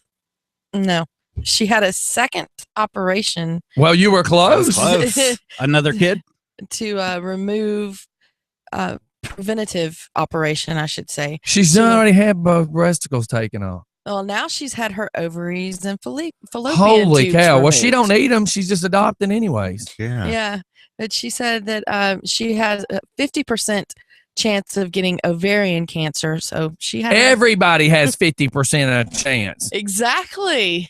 You know what? I'm gonna schedule me and Twilight to go have our pinky toes removed because I got a 50. Well, we got a 50% chance of breaking one of them. I'd rather break it than lose it. But that's how crazy that is. Mike, I think we should just quit shaving because there's a 50% chance that we might cut our face. I'm all for it. And then now Let's go because, Grizzly Adams. Jeez. because of the surgery, she's now in menopause. Oh, and now there's a Oh, that's even 50% better. chance that she's going to be a real biatch. So if you don't have the things that put you into menopause, how can she be in menopause? Because now she doesn't have the chemical that's going to be produced for her body naturally. She's going to take pills. Yeah, because menopause is when they start shutting down. Yep. Men have it. We just call it now and then a pause. No, I just call it a nagging old lady, which I don't have. I just insinuating that that's what most men say. But, when she had both of her breasts removed, people called her Crazy? well, some people called her crazy. Other people said that she was very brave to have that done. But that's Me, the people that wasn't honestly- crazy enough to go do it themselves. Well, I don't think there was anything brave about her, to be honest with you. She's a woman that has a lot I'm of going to money. get my kidneys taken out because I'm scared I got a 50% chance of having kidney failure. Thank you. Exactly. That's how. Yeah. I was gonna say, I that's think- how stupid it sounds. I think you should have your ears removed, Steph. I think it's a 50% chance you might hear something that's not redneck. There's about 100% chance. I don't see why people think that she's brave. For I'm going to having have this my done. fingers removed because I'm scared I'm going to get one hung in the door. Well, I mean, isn't it? I mean, I think I brought this up about Sean Penn the other day. People are getting political advice from Sean Penn, the worst he's the actor guy. on the planet. Right.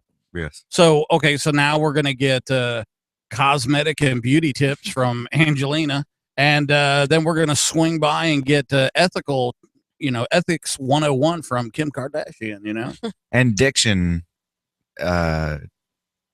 education. Oh, wow. Can I hit it? Can I hit it? Please hit it. Please. Yeah, We need- eject. Hey, Jeez. that needs to be hit a few more times, sir. Man, we need that little red button that And- they use in freaking. And the fact that he hung on the first syllable well, of I the, looked of the at him. word. As soon as he said it, I looked at him and he just went. I could hear the backpedaling and the brakes. Yeah. Wow. You're not going now. Oh, my God. You've been righty banished. Good Lord. Yeah, one day we'll be professional. I don't know when, but it's Yeah, one day coming, I'm There's sure. a 50-50 There's a chance we 50-50 won. chance. 50-50 chance we won. There's a 50-50 chance Steph might end up with a shirt with collars. Nah, there's a 28% chance. But why would you do that? I'm going to I have don't my know. testicles removed because I think I might have a 50-50 chance of having testicular cancer. Just have one of them. Just Play that's the how, odds. but that's how stupid this conversation is. Mhm. And people are calling her proud. I'm They're proud of call- you. Yeah, and saying Yeah. she's brave. for having. I'm going to have my having a eyes gun. removed because I'm scared I'm going to go blind. No, to me, the brave. That's retarded. That is You know, retarded. this is my opinion, but the brave women are the women that face it head on. That face it head on every day. Yeah, yeah, and I they agree. fight it. And they fight to breathe another day. Yes, So- that's the brave person. So how about this? Let's talk about this because we're talking about cancer. So I got a phone call yesterday. And my aunt, my great aunt, my auntie, my Aunt Sadie, had buried her husband probably 7-8 years ago. My time frame is going to be off because I've been so busy the last 2 years. Everything's off. So I moved in this house in 11. My grandmother dies in Easter 13. Anyways, so my aunt buries, per se with us, buries my grandmother in 13. I believe it's 13. Hell, it might have been 12. But she died on Easter Day. And that's coming up, of course. So yesterday I get a phone call. My aunt, who buried her husband after spending her entire life, from 15 till he passed, then has to bury my aunt, and then she meets this dude from church. They date for several years. They get married. They were married 16 months, and she called yesterday, and the way she said it is funny, and people are going to say I'm wrong for this, but she said it so nonchalantly that it was scary. It makes me kind of worry about her now. But she said, "Hey, do you remember Ray?" And I'm like, "Yeah." She goes, "He died yesterday." Wow. And I'm like, "You're calling me today to tell him he died yesterday?" But yeah, I mean, like, he just died. Apparently, he had been having some esophagus cancer stuff, and she didn't share it with any of us. And he was near 80 years old. And now it's the question of, what do you do? So now they're talking this, that, and other. But my whole point is this: people fight it every day. He apparently fought it all through the summer at his age, and kept fighting it and fighting it and fighting it. My grandfather, who's 80, has cancer in his hip joint that they're having to fight with his cancer in his hips. And at his age, they're like, well, we can give him some this, we can try that, and he doesn't want to die, so he's willing to do whatever. And I can imagine. That's just my point. Speaking of loved ones, these are people that fight it every single day. My And grandmother just did. because you have the money to go have your ovaries yanked out is just odd. Yeah, I mean, what's next? My grandmother, she passed away, unfortunately, due to brain cancer. So if Angelina Jolie, if something, Well, chick, shows she up in already her ain't got no brain. You got a problem there. are you gonna go have your brain taken out? Well, Tubby just says I got 100% chance of dying one day. Exactly. We're coming up on 9:30. Yeah. For call-in? I was waiting on that. Okay. Now, are we calling him or is he? No, he calling was us? supposed to be calling us, I Okay, believe. good Is that deal. correct? Yes, he was Okay. supposed to be calling us. I kind of let Steph kind of got involved. deal Okay, with it. that's fine. I just wasn't sure. Yeah. And that, again, we probably needed to communicate that more because it was just an Well, assumption. Yeah, I think if somebody, because If somebody spearheads it, let that person deal with it. if you take point and you put it on the calendar, you're going to be kind of the point man for it, or woman in this case. So why'd you put your hoodie on? I was cold. Okay, I just didn't know if you was trying to cover up that pretty shirt. Biting me. And she covers it up with a Star Wars sweatshirt. Hey. So there we go. Yeah. Perfect time. Steph, would you like to handle this one? Welcome to Just for Fun. How you doing? It's Joe from Husky Security. Well, thank you for calling. This is Redneck Steph. Well, I thought Mike was going to ask some questions. No, I Oh, told no. you to handle it. Hey, you just called Just for Fun. That's what we were just saying, that you dealt with it. You spearhead it. He'll. Okay. Yeah, I mean, Welcome to So Professional Radio. yeah. Yeah. So what's going on with you, man? Now, what's going on with you guys? Just same old, same old. We're kind of interested. We haven't had someone in. When I say in, meaning even in a phone call interview that has done or is doing what you're doing. So you could probably give us a lot of cool insight to Yeah, I was what it actually is you do. I actually tuned in this morning to you guys, and I heard some of the topics about the Lil Wayne part and everything. So Yeah, and with us, we've all I've met so many bands and so many other famous I actually people. just So I actually just did security for Dan Aykroyd the other day. Actually, no, that's pretty cool. That's pretty cool. So Was not it like only that? is it cool, it's cool you're getting to meet some of these people.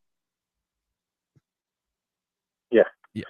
So explain to us how you got into this. What made you want to go out I'm sure you had to have some kind of idea to say this is what you want to do, and then something to said, I'm going to do my own business. So it's kind of painting us a picture.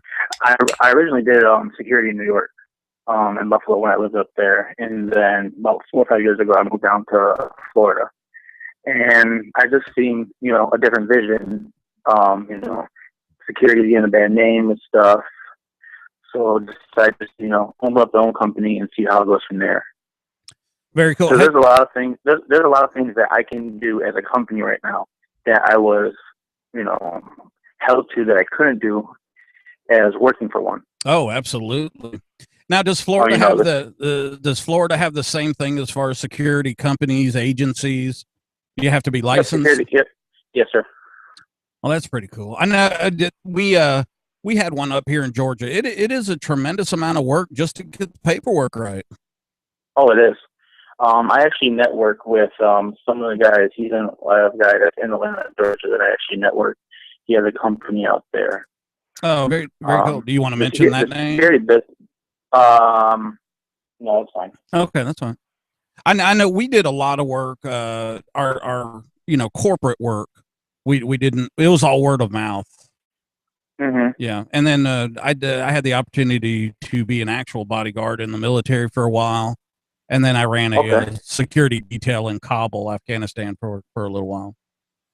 Okay, yeah, that's where a lot of the private security seems to be heading now, is overseas. Yeah, absolutely. Gosh, I can imagine. I had heard a couple of years ago too, like if you could speak, different languages, that was like, because everybody needs to know how to shoot. Oh, that's a huge thing. Especially Hebrew right now. Hebrew's a big one. I can imagine people are speaking. So, how long have you been in the business? Hello. I've been in business for 4 years now. 4 years. That's I tell you what, it's a tough business to make a living in. Because you got to go from pretty much, if it's anything like, when I had my company, we were called AIKI Security, AIKI Security Incorporated. We kind of went with ASI. It was a tremendous amount of work because you're working with a client, and then when you're done with that job, you gotta go find more work, and then you got to work the work, and back and forth. I ended up. Are you there? Yeah, I'm here. Okay, all right. There's a little lag in there. I ended up kind of supplementing with teaching lessons, firearms instruction, and I even got into some defensive driving, and I had a K9 officer that would teach people how to, to work with their dogs. You still there? Yes, sir. Oh, okay. So yeah, well, just give us kind of a clue how a normal day is with you. You wake up. I mean, do you already have?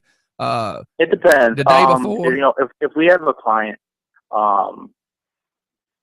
client, we typically the day before or even weeks before, we do what's called an advance. We go to the venue that they're going to be at and drive the routes and alternate routes and pretty much do a threat assessment of the whole building.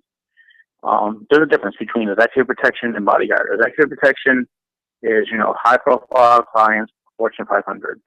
Bodyguard, you're typically, at the nightclub. People have a big misconception of bodyguards. They think that bodyguards are some big monsters, no neck tattoos, big guys. I'm 5'9". I'm not the big guy. Wow. And you guys were talking about the Little Wayne thing a little bit ago earlier.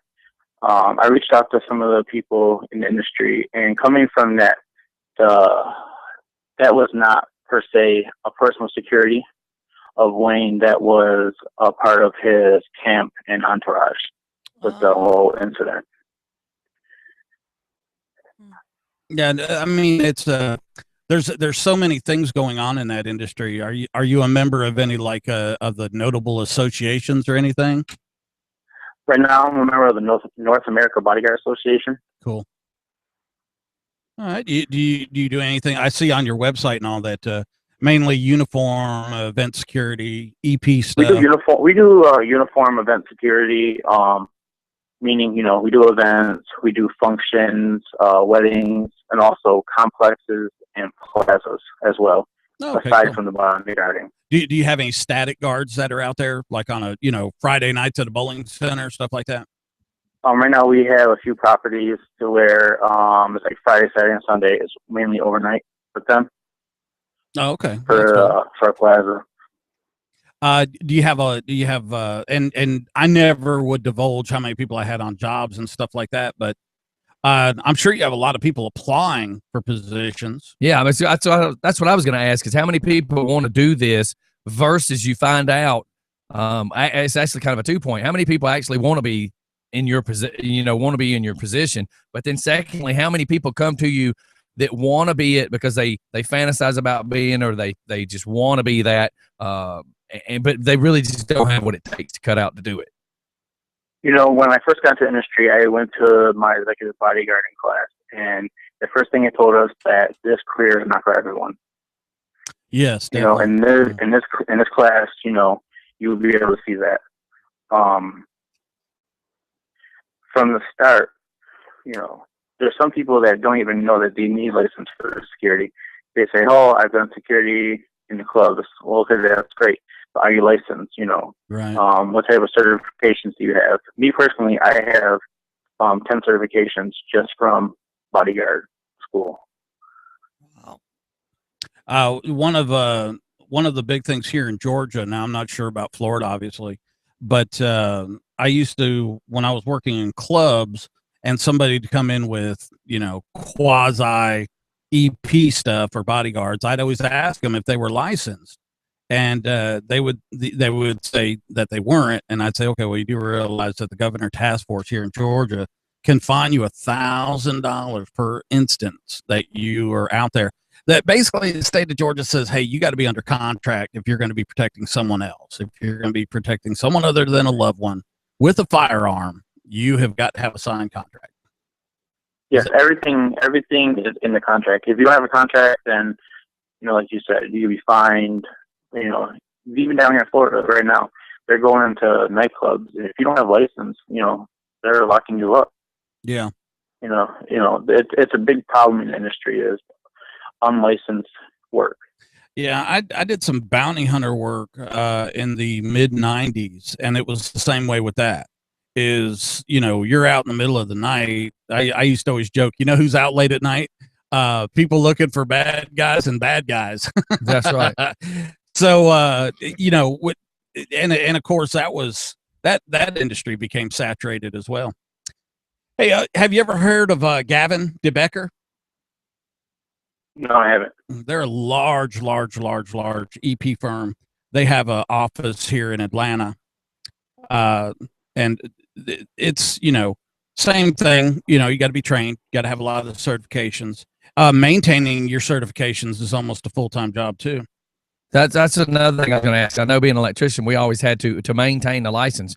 We had to, every year as they advanced stuff, we had to actually go learn more stuff in order to keep our license. Is that something you have to deal with as well? As far as being an unarmed security, it's every 2 years you have to renew your license. And being armed every year, you have to take a 4-hour shooting course to renew it. And after the course, do you have to shoot? Yes, you have to shoot. Okay. That's the minimum score for Florida is a 260. Okay, cool. Yeah, I used to. I never was state certified for that to sign off on that, but the gentleman I worked for was.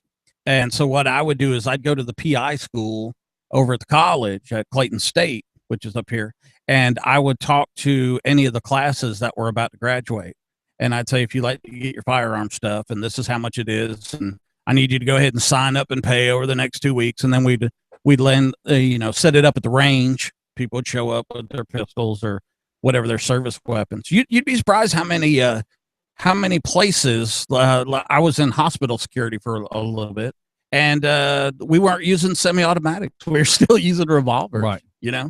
And that's because there's a lot of crazy folks out there. There's a company that down here in Florida where they still use revolvers as their service weapons for security. Well, I mean, you can't go wrong with a revolver. It doesn't take a whole lot there just to pull the trigger. So what's some of the craziest things you've seen so far? I'm sure everybody wants to ask that, but I'm sure some of the listeners would be curious. So far, they're listening to what you do, but what has happened before? Because what I would like to do is have you kind of illustrate, by painting an image in somebody's head of why they need you. Why would they need your services? Okay. We just did a interview with Ace Magazine. We're actually on the cover of it for this month's edition for spring break. In the article, we talk about security as the foundation for nightclubs and events. Who is to stop a customer from going over the bar or onto a stage or just pretty much doing whatever they want to do inside of a nightclub or event without the security there? Oh, definitely. And I get that. Now, how about for the personal protection part of it? Personal protection, it's more low key than anything. Like I said, we do risk assessments. We go there, and every place that our client will be stopping at, we go to, and where are they going to sit? How are we going to get in? How are we going to leave if there's a problem? Just pretty much, it's a full-out planning. What route are we going to get there? We drive it 2 or 3 times, different times a day, just to see the fastest route to leave and get there. As far as that, it depends on the client. Some clients like to, walk through the crowd, meet fans. Other clients just want to get out the car and go inside. Right. Everything is based on what the client wants. The client wants armed, plain clothes, suit, dress down. It's all on them. Well, I guess so, because depending on what their situation is, they want you to fit in. So that does make sense. Mm-hmm. I know one time at a gun show, we were walking around and I was leaning over to do something, and there was this real heavy set guy in a leather trench coat and a little military type hat. And every time I would start to lean in to look at a gun next to him, this really big dude would lean in at the same time. And it didn't click. This happened multiple times. By the time it happened again, I'm thinking about this. I'm like, man, this big dude, I'm talking like the size of a WWE wrestler type guy, and long hair, just big old burly guy. And every time I kept thinking, God, this guy just keeps leaning in at the same time. So I went to a different table. Well, about the time that they were showing this bug, how this bug tunes to a radio channel, the guy who was looking for it was asking about it, and the guy who owned the table said, yeah, walk to the other end of the building. About the time the dude with the trench coat goes down there and starts singing, and from a distance, I was too close to realize who the guy was. From a distance, though, it's John Popper from the Blues Traveler. So then it dawned on me. I'm like, holy cow, that's right. They played the Fox last night. And then it hit me that every time I was getting close to that guy, this big dude would just kind of lean in. He didn't push me. He didn't tell me to leave. He would just gently lean in and reach for a gun, or he would just look like any other customer. And he just took advantage of the fact that nobody realized it was John Popper. And then when we did realize it, then we took some pictures with him, and he was real cool. I mean, down to earth.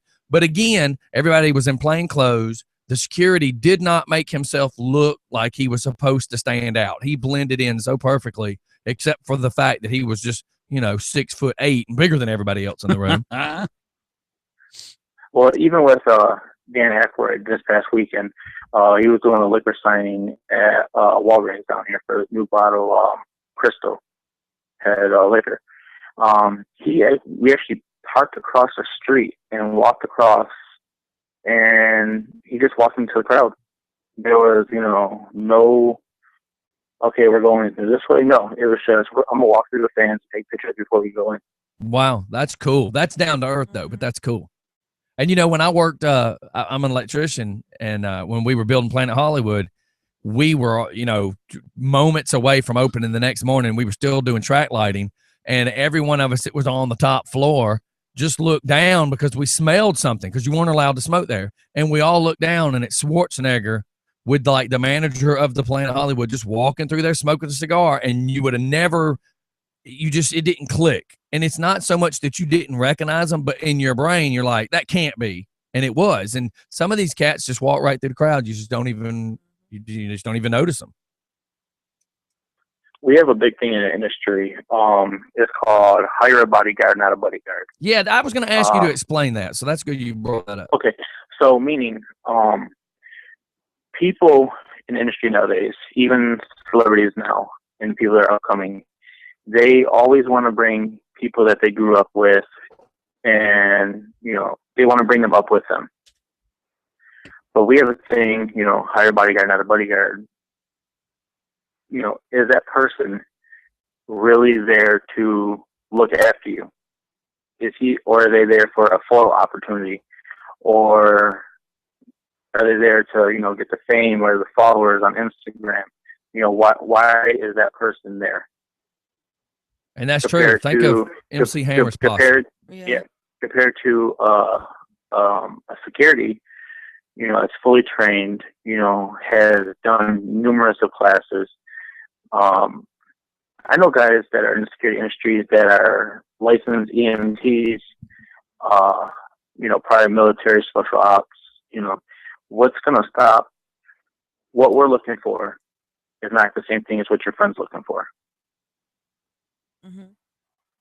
Well, that totally makes sense. And you know, you don't think about it as far as if something was to happen, would there be somebody there to be able to perform the same task and duty that an EMT would do? So it totally makes sense, especially trying to do it in a business standpoint, because if your friends are just hanging out with you just to hang out with you, truthfully, if a gun gets brought out, are they going to run? Are they going to drag you? Are they going to worry about you? Or are they just going to run? When I said the military bodyguard school, when we first started, there was no yelling and screaming and all that other stuff. But the guy stood in front of us and he said, "I've only got to graduate 2 of you." And we were all like, "Dang, that's kind of tough." And he goes, "No, the reason being is that 99.9% of the people, when something happens, will pull back. That 0.001 that leans forward, that's what makes you somebody that can work in that type of business." You know, when something we're trained to, you know, something happens to grab the client and, you know, pretty much cover them and put your back to the threat. Yeah, I mean, there's different formations. You know, there's different walking formations to where, you know, how many people you have. You know, you're gonna do a diamond or you can do a triangle. Sure. But if it's one-on-one, if it's just you and your client, pretty much, you know, you're the only one in defense. Yeah, I used to show people that all the time, especially when they're opening up car vehicles, or car doors, excuse me. We had bulletproof vehicles in Afghanistan, you know, like we had a couple excursions, a couple expeditions, and you use the door. So you like open up the door and then you get in the way, and that way they've got a protected path into wherever they're going, and leave it to a client to always, "Hey, I want to sit in the back," or something like that. You know, you got to be able to do something quick, because they will throw you a curveball. Oh, we actually have something called a fastball in the industry, and it's where we're driving and the client says, "Hey, I want to go here," but we haven't done an assessment on that spot, so we don't know anything about that area. Yeah, I mean, you know, the executive part, we're very lucky because we got very involved with the itinerary. And if somebody said they were going to go out to eat, we had basically people that would ride in the limo, ride in the vehicle, and then they would hand them off to somebody who was already at the restaurant. And basically that's what made things smooth for us. Is right. I got to tell you, it wasn't cell phones back then. It was Nextels. Oh yeah, Nextels. And Nextels were beautiful, man, because you could call the advance party and say, "Hey, we're 5 out," and they'd say, "Roger." Now, you know, the microphone and they didn't work until the radios started getting more popular. But you know, you always see the Secret Service guy. What a crock that was. I know.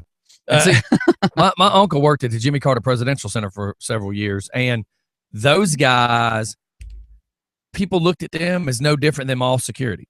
But what you didn't know is those guys were responsible for the president, whether he's ex-president or not, when he's in that building. Oh, absolutely. So even though Secret Service is following Jimmy Carter around, when he was in that building, it was up to the Jimmy Carter presidential security to keep up with it too. So there was times where, again, because they had on a white shirt, black tie, and a blue jacket, you thought they were just regular mall cops. And I mean, at the time, I mean, he had to go get trained for shooting machine guns and shooting everything. I mean, he literally came out of the Navy as a security guy and then had to be retrained with some of the Secret Service people when he began working there, because there's a lot to it. And in your profession too, you know, you guys see a lot more than what we see on television. We think what we see on television is real, and that's not the case. There's a lot that y'all do that nobody can even imagine.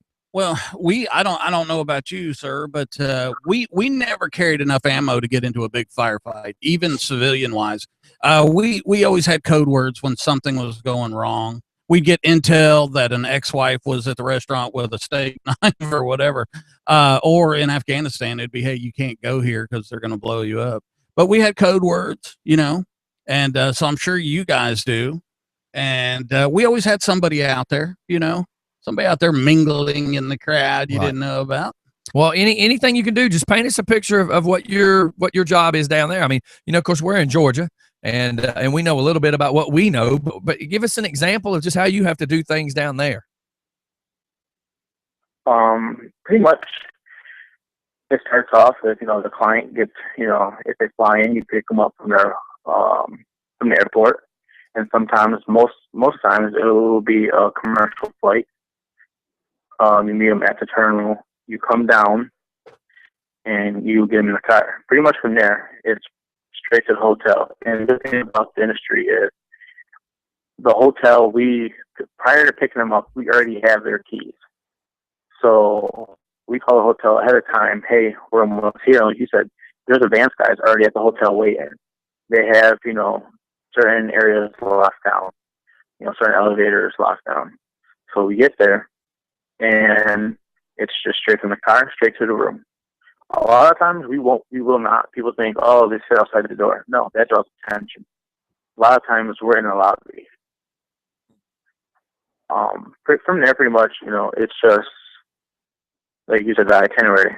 Pretty much, we always say, you know, once you get the itinerary printed off, that's not what's going to happen. You're always pencil stuff in it. You're always penciling things in and going from there. Yeah, definitely. Well, I know it's a tough subject to talk about live because you can't give away too much, you know. But hey, is there you want to do a shameless plug for yourself? This would be the time. Or not. I just want to talk about. I just want to talk about one more thing real quick. Yeah, go ahead. You guys were talking earlier about the homeless problem. Yes, sir. Down here, our company has started a thing on GoFundMe. GoFundMe.com/Orlando is homeless. And what it is downtown Orlando in Central Florida alone, has a huge homeless problem. What we're trying to do right now is raise $5,000, and our company will go out and spend that $5,000 and pretty much hand out food to anyone downtown Orlando. Like you guys are saying, oh, there's places, you know, they can go here or here. But a lot of these people do not have IDs or cars or anything. Yeah, and that's my problem here with all our people saying, well, we have the Rockdale Emergency Relief Fund, and it's like, but you're requiring them to bring in a bill to prove they live where they live. You're requiring them to have a license to prove they live in this county. Hello, they're homeless. Yeah, so that's a big thing that we're trying to push down here right now. To help the homeless. Is it on your Facebook site, sir? Oh, yes, it is. Okay. Yeah, that way we can kind of share it. Yeah, I was going to share it. And Instagram. And our Instagram is HuskySecurity_407. Okay, cool. All righty. All right. Well, man, we're fixing to roll up out of here on the call. We try to do it about 30 minutes worth. Anything else you would like to discuss? That's pretty much it. Just want to thank you guys for having us. And oh yeah, anytime. You guys can find us on huskyprotection.com and like I said, Instagram at HuskySecurity_407.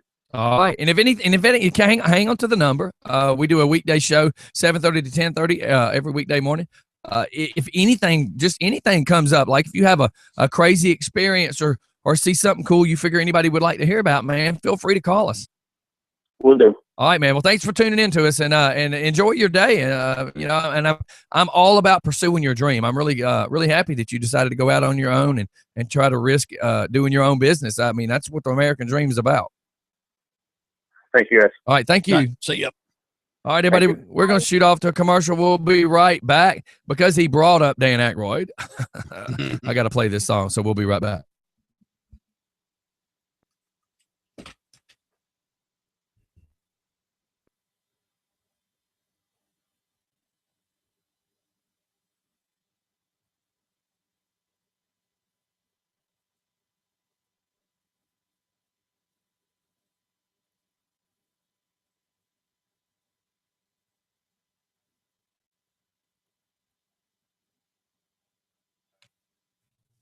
I got to pee.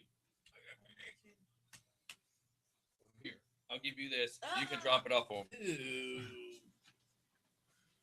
I wake up and that's what I see.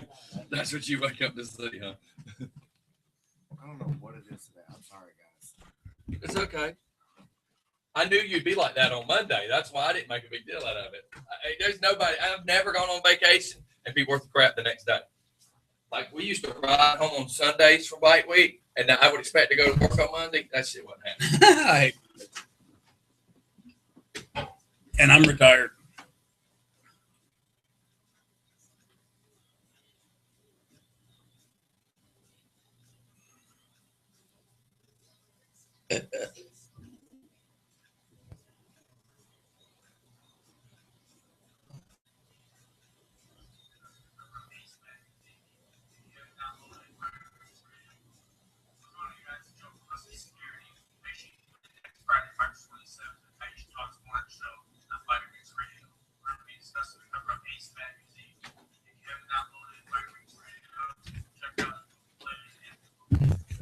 Hey, remember this was right.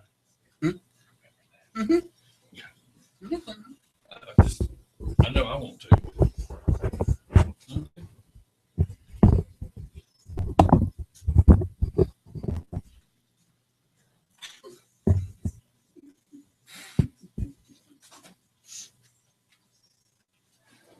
Just the two of us. So my grandbaby has seen me do this now after I eat. She's starting to do it. Oh, cool. It's so funny that she goes, and Crystal's like, crap. me and my grandson, you know, because both his parents, they were in law enforcement. So we used to always walk by each other and say stuff like, I'll shank you, or I'll put some batteries in a sock and beat you. It was so funny last night when the whole family was there having breakfast or dinner for my son's birthday.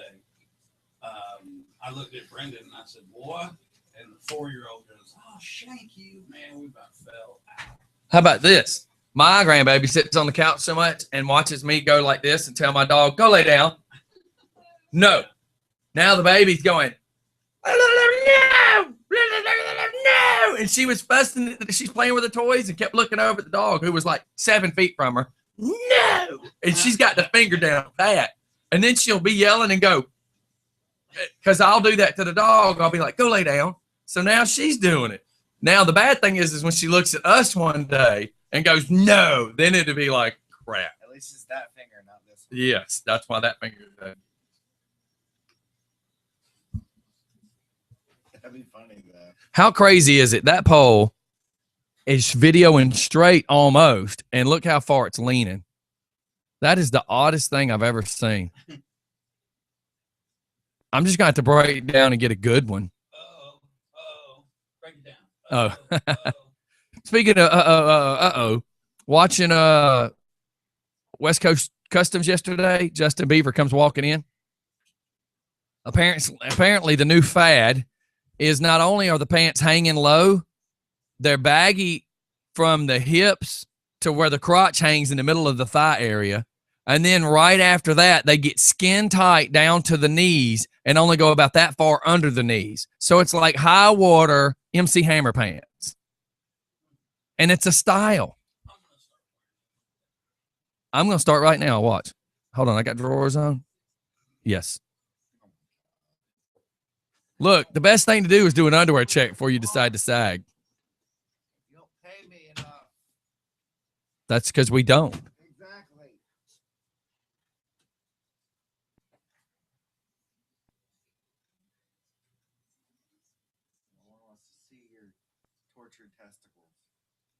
They're not tortured. All right, everybody, we's back.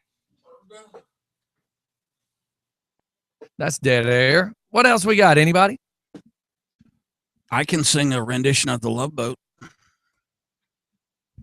No, let's not go there. Okay.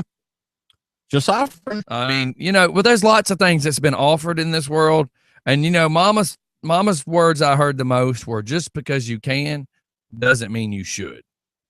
So, I mean, I just try to remember those type of things and kind of be like, yeah, you're right. Just because I can, I'm looking for this rock. There it is. This Day in Music. I bought this app. I did it like a year ago and I don't even use it. So let's say on this day in 1958 at 8:35 a.m., Elvis Presley reports to the Memphis Draft. Yeah, come on. I can do Elvis. 1973, during a Lou Reed show in Buffalo, New York, a fan jumps onto the stage, bites Lou Reed on the bottom. All right. The man is thrown over the theater wall. That's kind of funny. He bit him on the bottom. That's why you need the personal protection. Oh, my God. Hey, this is weird. 1976, transvestite singer Wayne County appears in... they must have written this weird because the guy's name could not be Wayne County. There's no crazy. That's not possible. It says transvestite singer Wayne County appears. Maybe that's his stage name. Yeah, that's what I'm thinking. Appears in court charged with assault on an incident in the New York club CBGB's. Oh yeah, it is. That's the name. County had attacked Dictators singer. I can't even say it's handsome. I don't want to say his name. Apparently these are drag names. But anyways, I'm going to not touch that one. Literally, I'm not going to touch that one. So anyways, I'm just trying to go like down some this days. How about birthdays? Number one birthday. Must be a guessing game. That doesn't work. Who shares a birthday with you? With me? Yeah.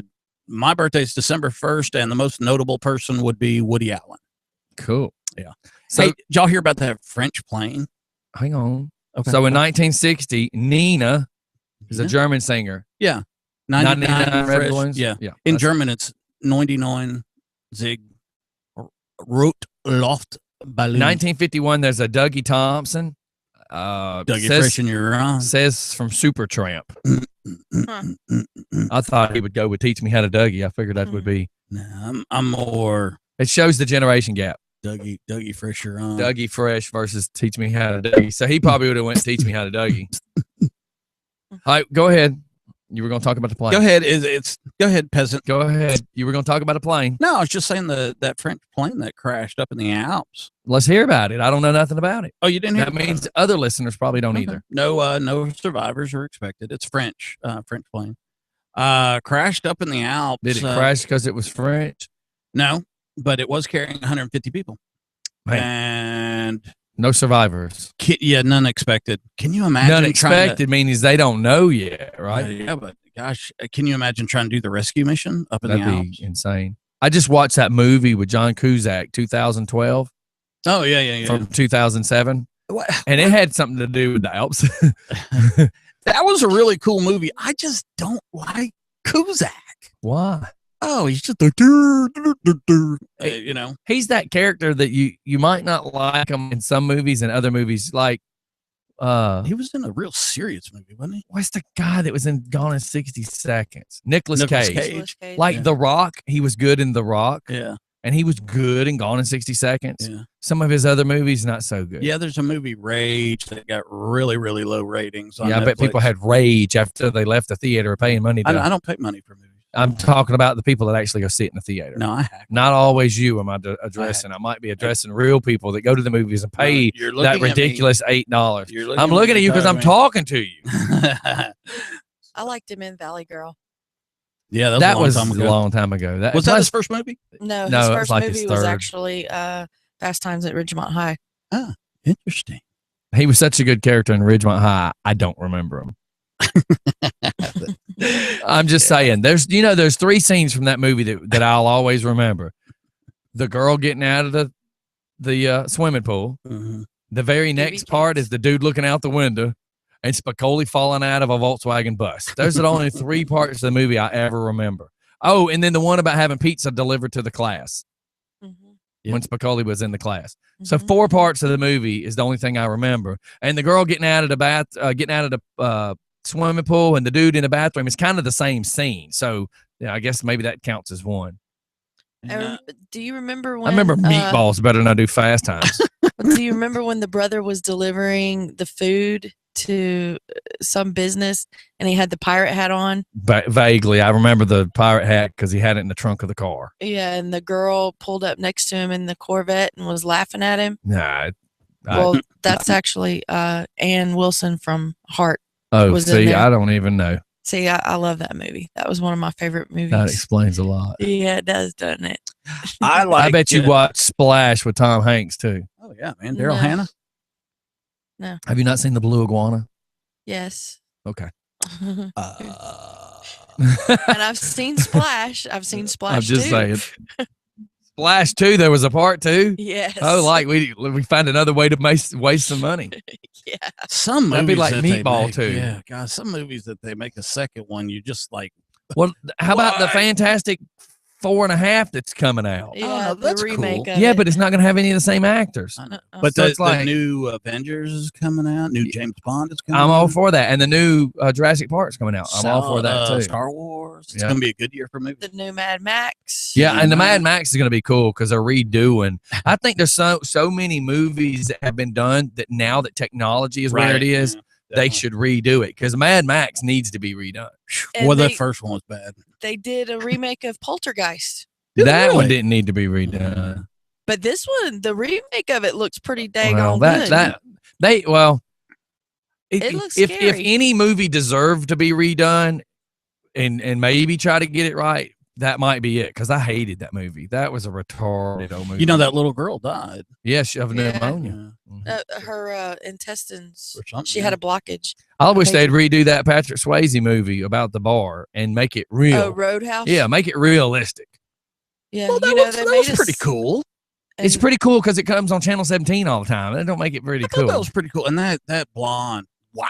Well, that's okay. Polar bear fell on I'm just me. saying there's some movies that could be redone. I am wishing somebody would hurry up and redo The Wizard of Oz. I'd like to see them redo Grease. I mean, they redid Oz to make Oz match similar to a book, but I wish they would actually redo The Wizard of Oz. And Grease, how would you redo Grease? Because it was a musical. So how would you redo it? Would you still keep it a musical?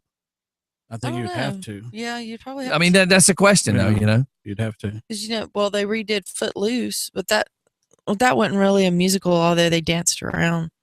I It was guess. it was based on music. And I'd Um, like to didn't see like them the redo remake. a Cannonball Run. Oh, yeah, that would be Yeah, cool. 285, baby. Make it a little more realistic, you know, even if it was a Fast and the Furious style ish. You know what I Yeah. mean? Because Fast and Furious is getting so played out. Ugh. Mhm. I can't imagine what else they can do. Well, the problem I'm having with Fast and the Furious is the stupid, unbelievable, you know, CGI, all the stuff they make this fake. Like where he's fixing to try to jump a car from one skyscraper to another. You know, the last movie they were jumping from one side of an expressway across a huge gap to another. You know, physically, this stuff's not possible. Physically, it's not possible. And if I want to watch Not Possible, I want to watch Spider-Man. Does that make sense? Like if I Yeah. want to watch a fairy tale, then I want to watch Superman or Spider-Man or Batman. If I want to watch far-fetched, unbelievable, then let it be a fantasy movie and not one that's supposed to be accurate. That's like the dude that doesn't run out of ammo in a 9mm Beretta. Oh yeah. I mean, come on, Yeah. dude. Well, there's two things that I've often talked about in closed circles, and one of them is Why me? What would be the Oh, sorry, big wrong dang deal? circle. Yeah. What would be so hard about showing the guy reload? You know, most people can do it pretty quick. And the other thing is in movies, why don't people say goodbye on the phone? Well, okay. Now that's not a movie problem. That's a people problem. Because do you know here in the South, we all say goodbye. Sure. But now some people just don't say it. I've actually figured it out. Like some of the northern people I've had to deal with, Really? they just say, see you later. and it's clicked. They don't even. I do have the that common anymore. courtesy of waiting to say bye. I say bye, and I don't hang up until I hear you say bye. Yeah, I even say I love you half the time, and I may not really love you. I just say it. I mean, texting. We do text a lot. Yeah, we do text a lot. Oh yeah. I got two things real quick from a listener. One, Smokey and the Bandit with the new Trans Am, and two, we have Brian Lee, that he is one of the DJs that used to play us on the radio station. Yes, I was fixing to go there. So Okay. you go ahead. Go ahead. But he is listening from his hospital bed, getting ready to go into surgery any minute now. So Yep. Right now, apparently him and my wife have been shouting back and forth. Now that we're running the video, I can't run the Facebook and keep my show going at the same time, so I'm not able to do the Facebook as much. But Brian Lee, right here, he says, I love you guys. I've never met you in person, but y'all are like family to me. And he is planning on making a trip down here like That'd be Jacob cool. did. So, Brian, good luck, buddy. I didn't know, and I'm sorry. The Facebook moves so fast right now. It's hard for me to really, and this is me being honest, it's hard for me to keep up with stuff. People will say to me, did you see my page? I'm like, no. Text me and tell me to go see your page if you want me to sometimes. Tag me and in it. and please forgive me. We are growing so fast, and that's like when the show's over, we're all going to sit here and talk for a few seconds because everything with us is changing. We've got more and more listeners where we used to joke like we were Jackass Radio. That was great for that amount of listeners, but now we've got so many new listeners that we have to keep growing or we get stuck, staying where we were, and part of growing is moving ahead and going with it. But man, back to you. I wish you all the luck in the world, man. I really truthfully didn't know that anything was wrong. I didn't either. I'm gonna pull up my page now. And actually, if you can get to your phone, you should call us at 760. Hold on, let me make sure. 770-760-1556. Yep, Call from your 678-760-1556. Call it as you're going down the hall. Or send me a number and we'll dial you. Me and Philip did that when he was getting the screws out of his leg, sitting in the recovery. We wasn't supposed to be on the phone. And the ladies, believe it or not, when I tell you more people listen than you can imagine, me and Philip's at a hospital in Atlanta. We get on an elevator as we're going up the elevator, and I'm laughing. Somehow another conversation got started, but the guy who's pushing the gurney turns around and goes, yeah, I've listened to y'all before. No lie. Yesterday, walking out of Waffle House, we walked out the door of Waffle House, and everybody, I was the last one out, and I kind of laughed and said something, and the lady spun around in her chair and just kind of pointed at me because she realized who I was. A lot of people have done that. That's happened to me here in Arby's. And then when we were in that recovery room, we had one of the ladies there turn the phone app on, and I called the station. And then, of course, it's like the 20 to 30 second delay, so she got to hear it. So that was really cool. But there's tons of great listeners out there that are cloak and dagger. They're hiding behind their computer at work because they're not supposed to be doing it. So there's just so many people, man. I found out about some people in Athens that are listening that we had no clue would listen to us. And it's kind of like when I first found out people in Nigeria were listening to us. I'm like, who in Nigeria cares about what a bunch of dumb rednecks and Conyers is doing? Yeah. And I was just trying to make you feel better. And I know we were. I was calling us all rednecks to make you feel. I didn't want to single you out. But I know we're being played on Tyler Perry's property. I feel like I'm being played right now. Because I know that for a fact.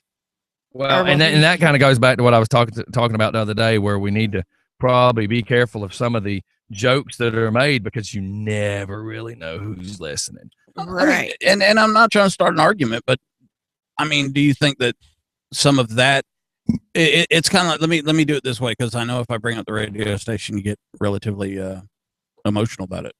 But let's say you meet a girl. I'm a guy. I meet a girl, and I like the way this girl acts, and I like the way what she does and all that other stuff. 5 years after we're married, obviously she starts to change as well as I do. And in most relationships, you run parallel. Like Travis and Steph have been together as long as I've known them, and they both still eat dirt. They're compatible. They fit well. Yeah, it was real good Saturday night. So, I don't even know that.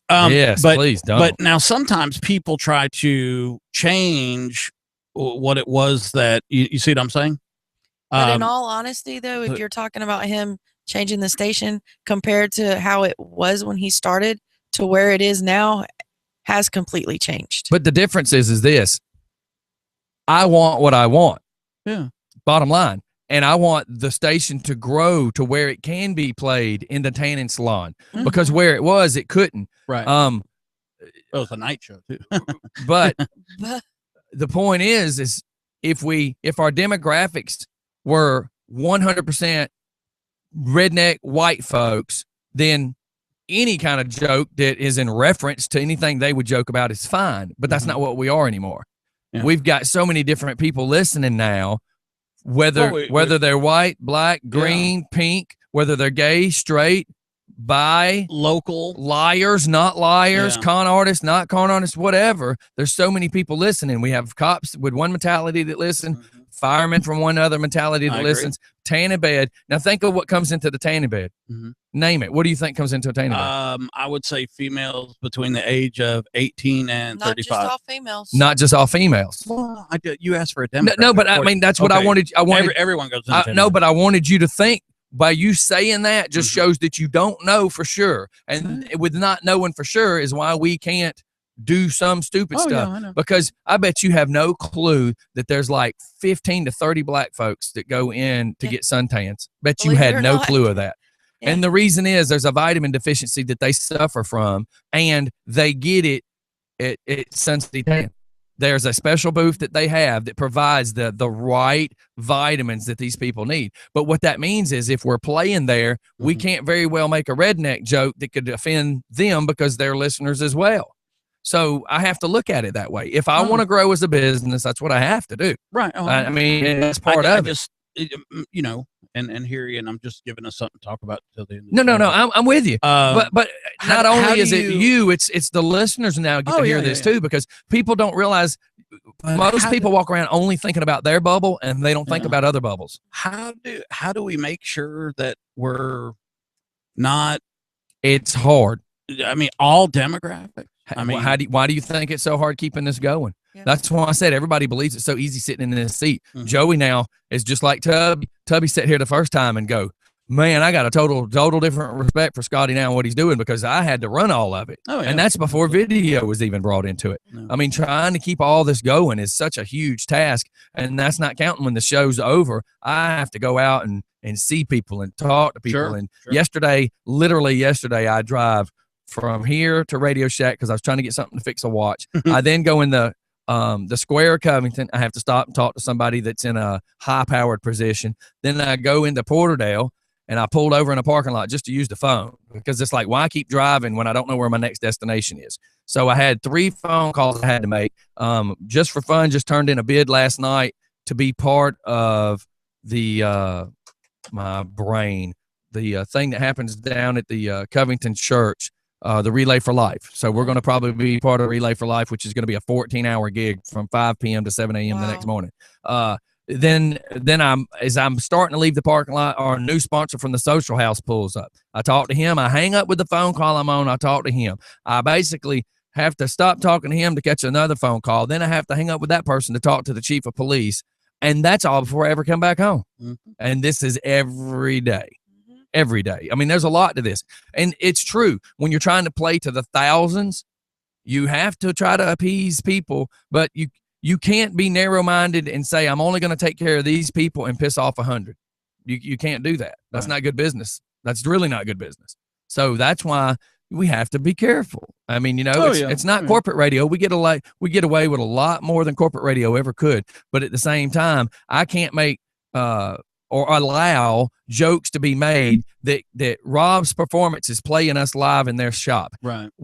I can't have any kind of joke that would sound racial joke be made, knowing that there could be it doesn't matter. It could be anybody standing there paying for having their car fixed, and they look at because this happened before.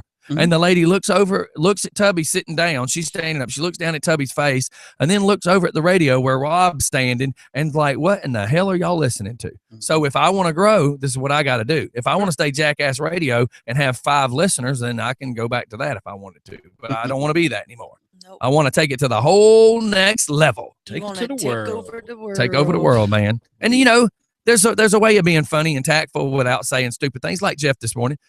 You know, word substitute. Sure. Word substitute. You can insinuate anything, just change the wording. And sometimes it's funny. They actually laugh better when they think or they imagine. They get what to you put their said. own word in. They get to put their own What word do in they it. call those when you put your own word in the, you know, like the you'll have a paragraph and you get to put your own word. You know, we used to have those in Mad Libs. Mad Mad Libs. Libs, that's We it. remember as Yeah. kids we had those. Yeah. Well, for instance, the other day when I put WTF, Yeah. welcome to Facebook, or where's the food? Or where's Yeah. the food? So I said, here's 2 words that come to mind. And then there were several other people that went under saying, I could think of other words, which the cool thing is Yeah. nobody actually typed it. You are open for your own interpretation. There you go. Very similar to the law books and the Bible. And the Everybody interprets it their own way. So we're at 10:22. Is there anything going on today besides where we're going for lunch? I recommend highly that everybody shows up to the social house at noon. We're gonna go down there and eat lunch. Yeah, in our pretty shirts. Well, Bite me. yeah. We'll do the best we can. Yeah, and apparently And Stephanie is not on the menu. She just said bite her. She is not on the Yeah. menu. Social house does not endorse that one. what, Yeah. they don't have barbecue pork. Ooh, we didn't even have to cut her down. She went with that one herself. What is a comeback? What's a comeback for that one? I'm I'm stunned. speechless. True story. Saturday night, okay, you know, we were down hanging out in the neighborhood with our neighbors for Travis's birthday. I walk into the house to use the bathroom, and I'm greeted by a pig. A real one? A real I'm- freaking pig. I'm really lost right now. I think that's cool. It was a baby pig. My neighbor has a baby pig now in his house. Squealer. That's cool. He's teaching What it just to use happened? the I don't litter know. box. Yeah, that's awesome, man. That's And awesome. it was pretty neat because I was playing with a pig. A Yeah, baby pig man. was rubbing his belly, but if you try to pick him up, he goes Yeah, start squealing. yes. But I was going and it would do it back to me. Really? It was very Yeah, cute. they're cute. They are Yeah, adorable. But he's about if you can see me on the video. You about apparently didn't need a that translation book. big. No, because I did every time I did it, I would go and it would do it back. It really would, and I go and it'd do it back. Yes, I make a good pig sound. Yeah. I'm just. And what night was this? Saturday night. So this is what y'all do for fun on Saturdays. No, actually, we were. Wow. Okay. I was playing with the pig. Now I'm gonna. That's what you call it these days, huh? Well, now I'm gonna talk about how we went and played in the mud. Oh my God! You saw. Why the am I picture of so the nervous four-wheeler. in this being said right now? I'm shutting up now. We No, yes. please keep going. No, What? We just went playing in the mud. playing on the in the dirt four-wheeler. again. And I'm so lost. You didn't see the picture of where we got the four-wheeler stuck in the mud? I heard y'all talking about it yesterday on the show. I did Yeah. pass a picture, but I didn't understand the point of it. Well, because all Travis kept talking about is how my four-wheeler is the beast and that there's no mud hole that would stop it. Yeah, Saturday night. That's we another found redneck one. that just wants to brag. That's come on for a Yeah. second now. How can you make a statement like that and not expect somebody to Well, go find it? On it, yeah. This is on the it- biggest fish in the world. Okay, let me go show you a picture of a bigger fish. I mean, And honestly, all the other mud holes that the other four-wheelers were getting stuck in, my four-wheeler pulled right out of. But I don't know what happened Saturday night, but that one, it got stuck.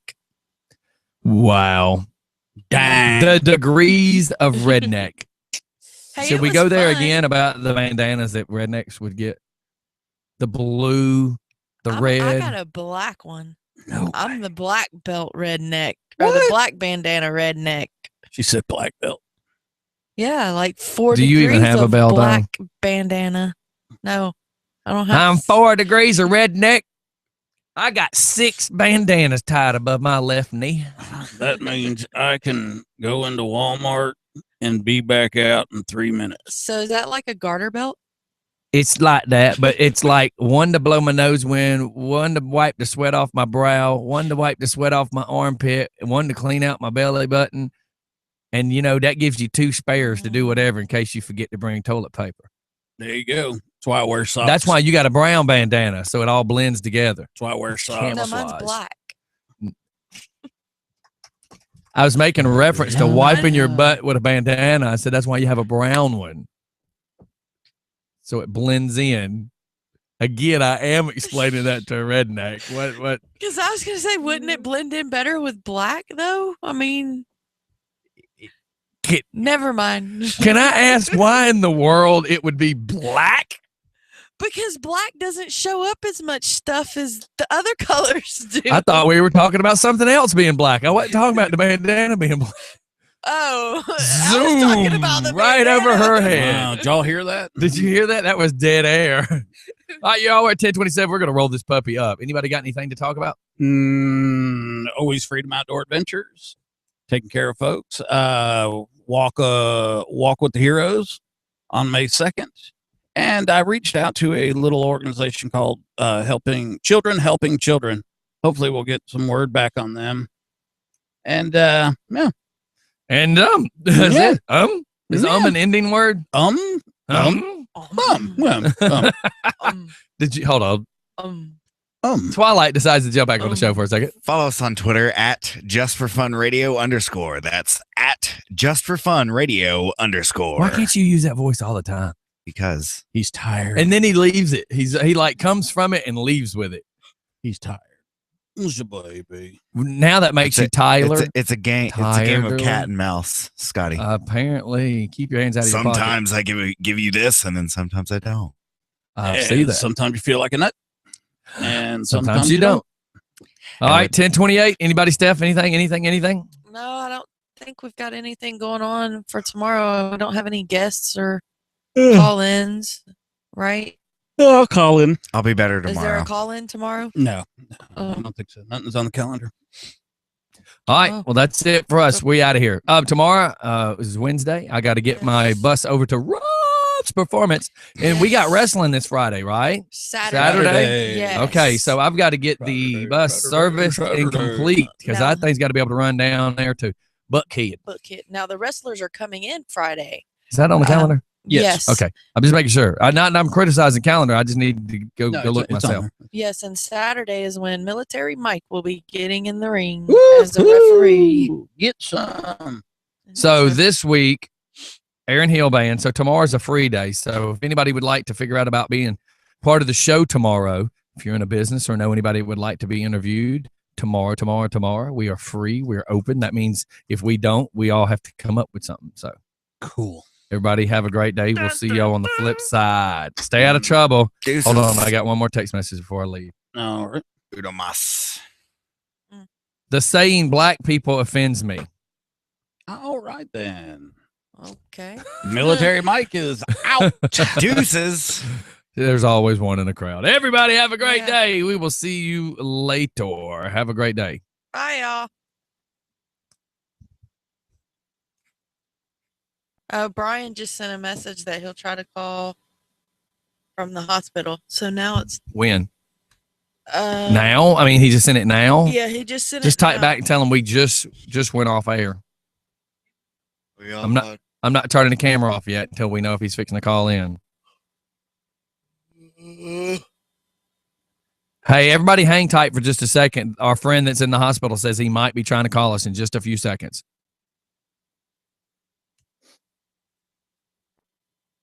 That's funny. The saying black people offends me. Who said that? Toby. He's just joking.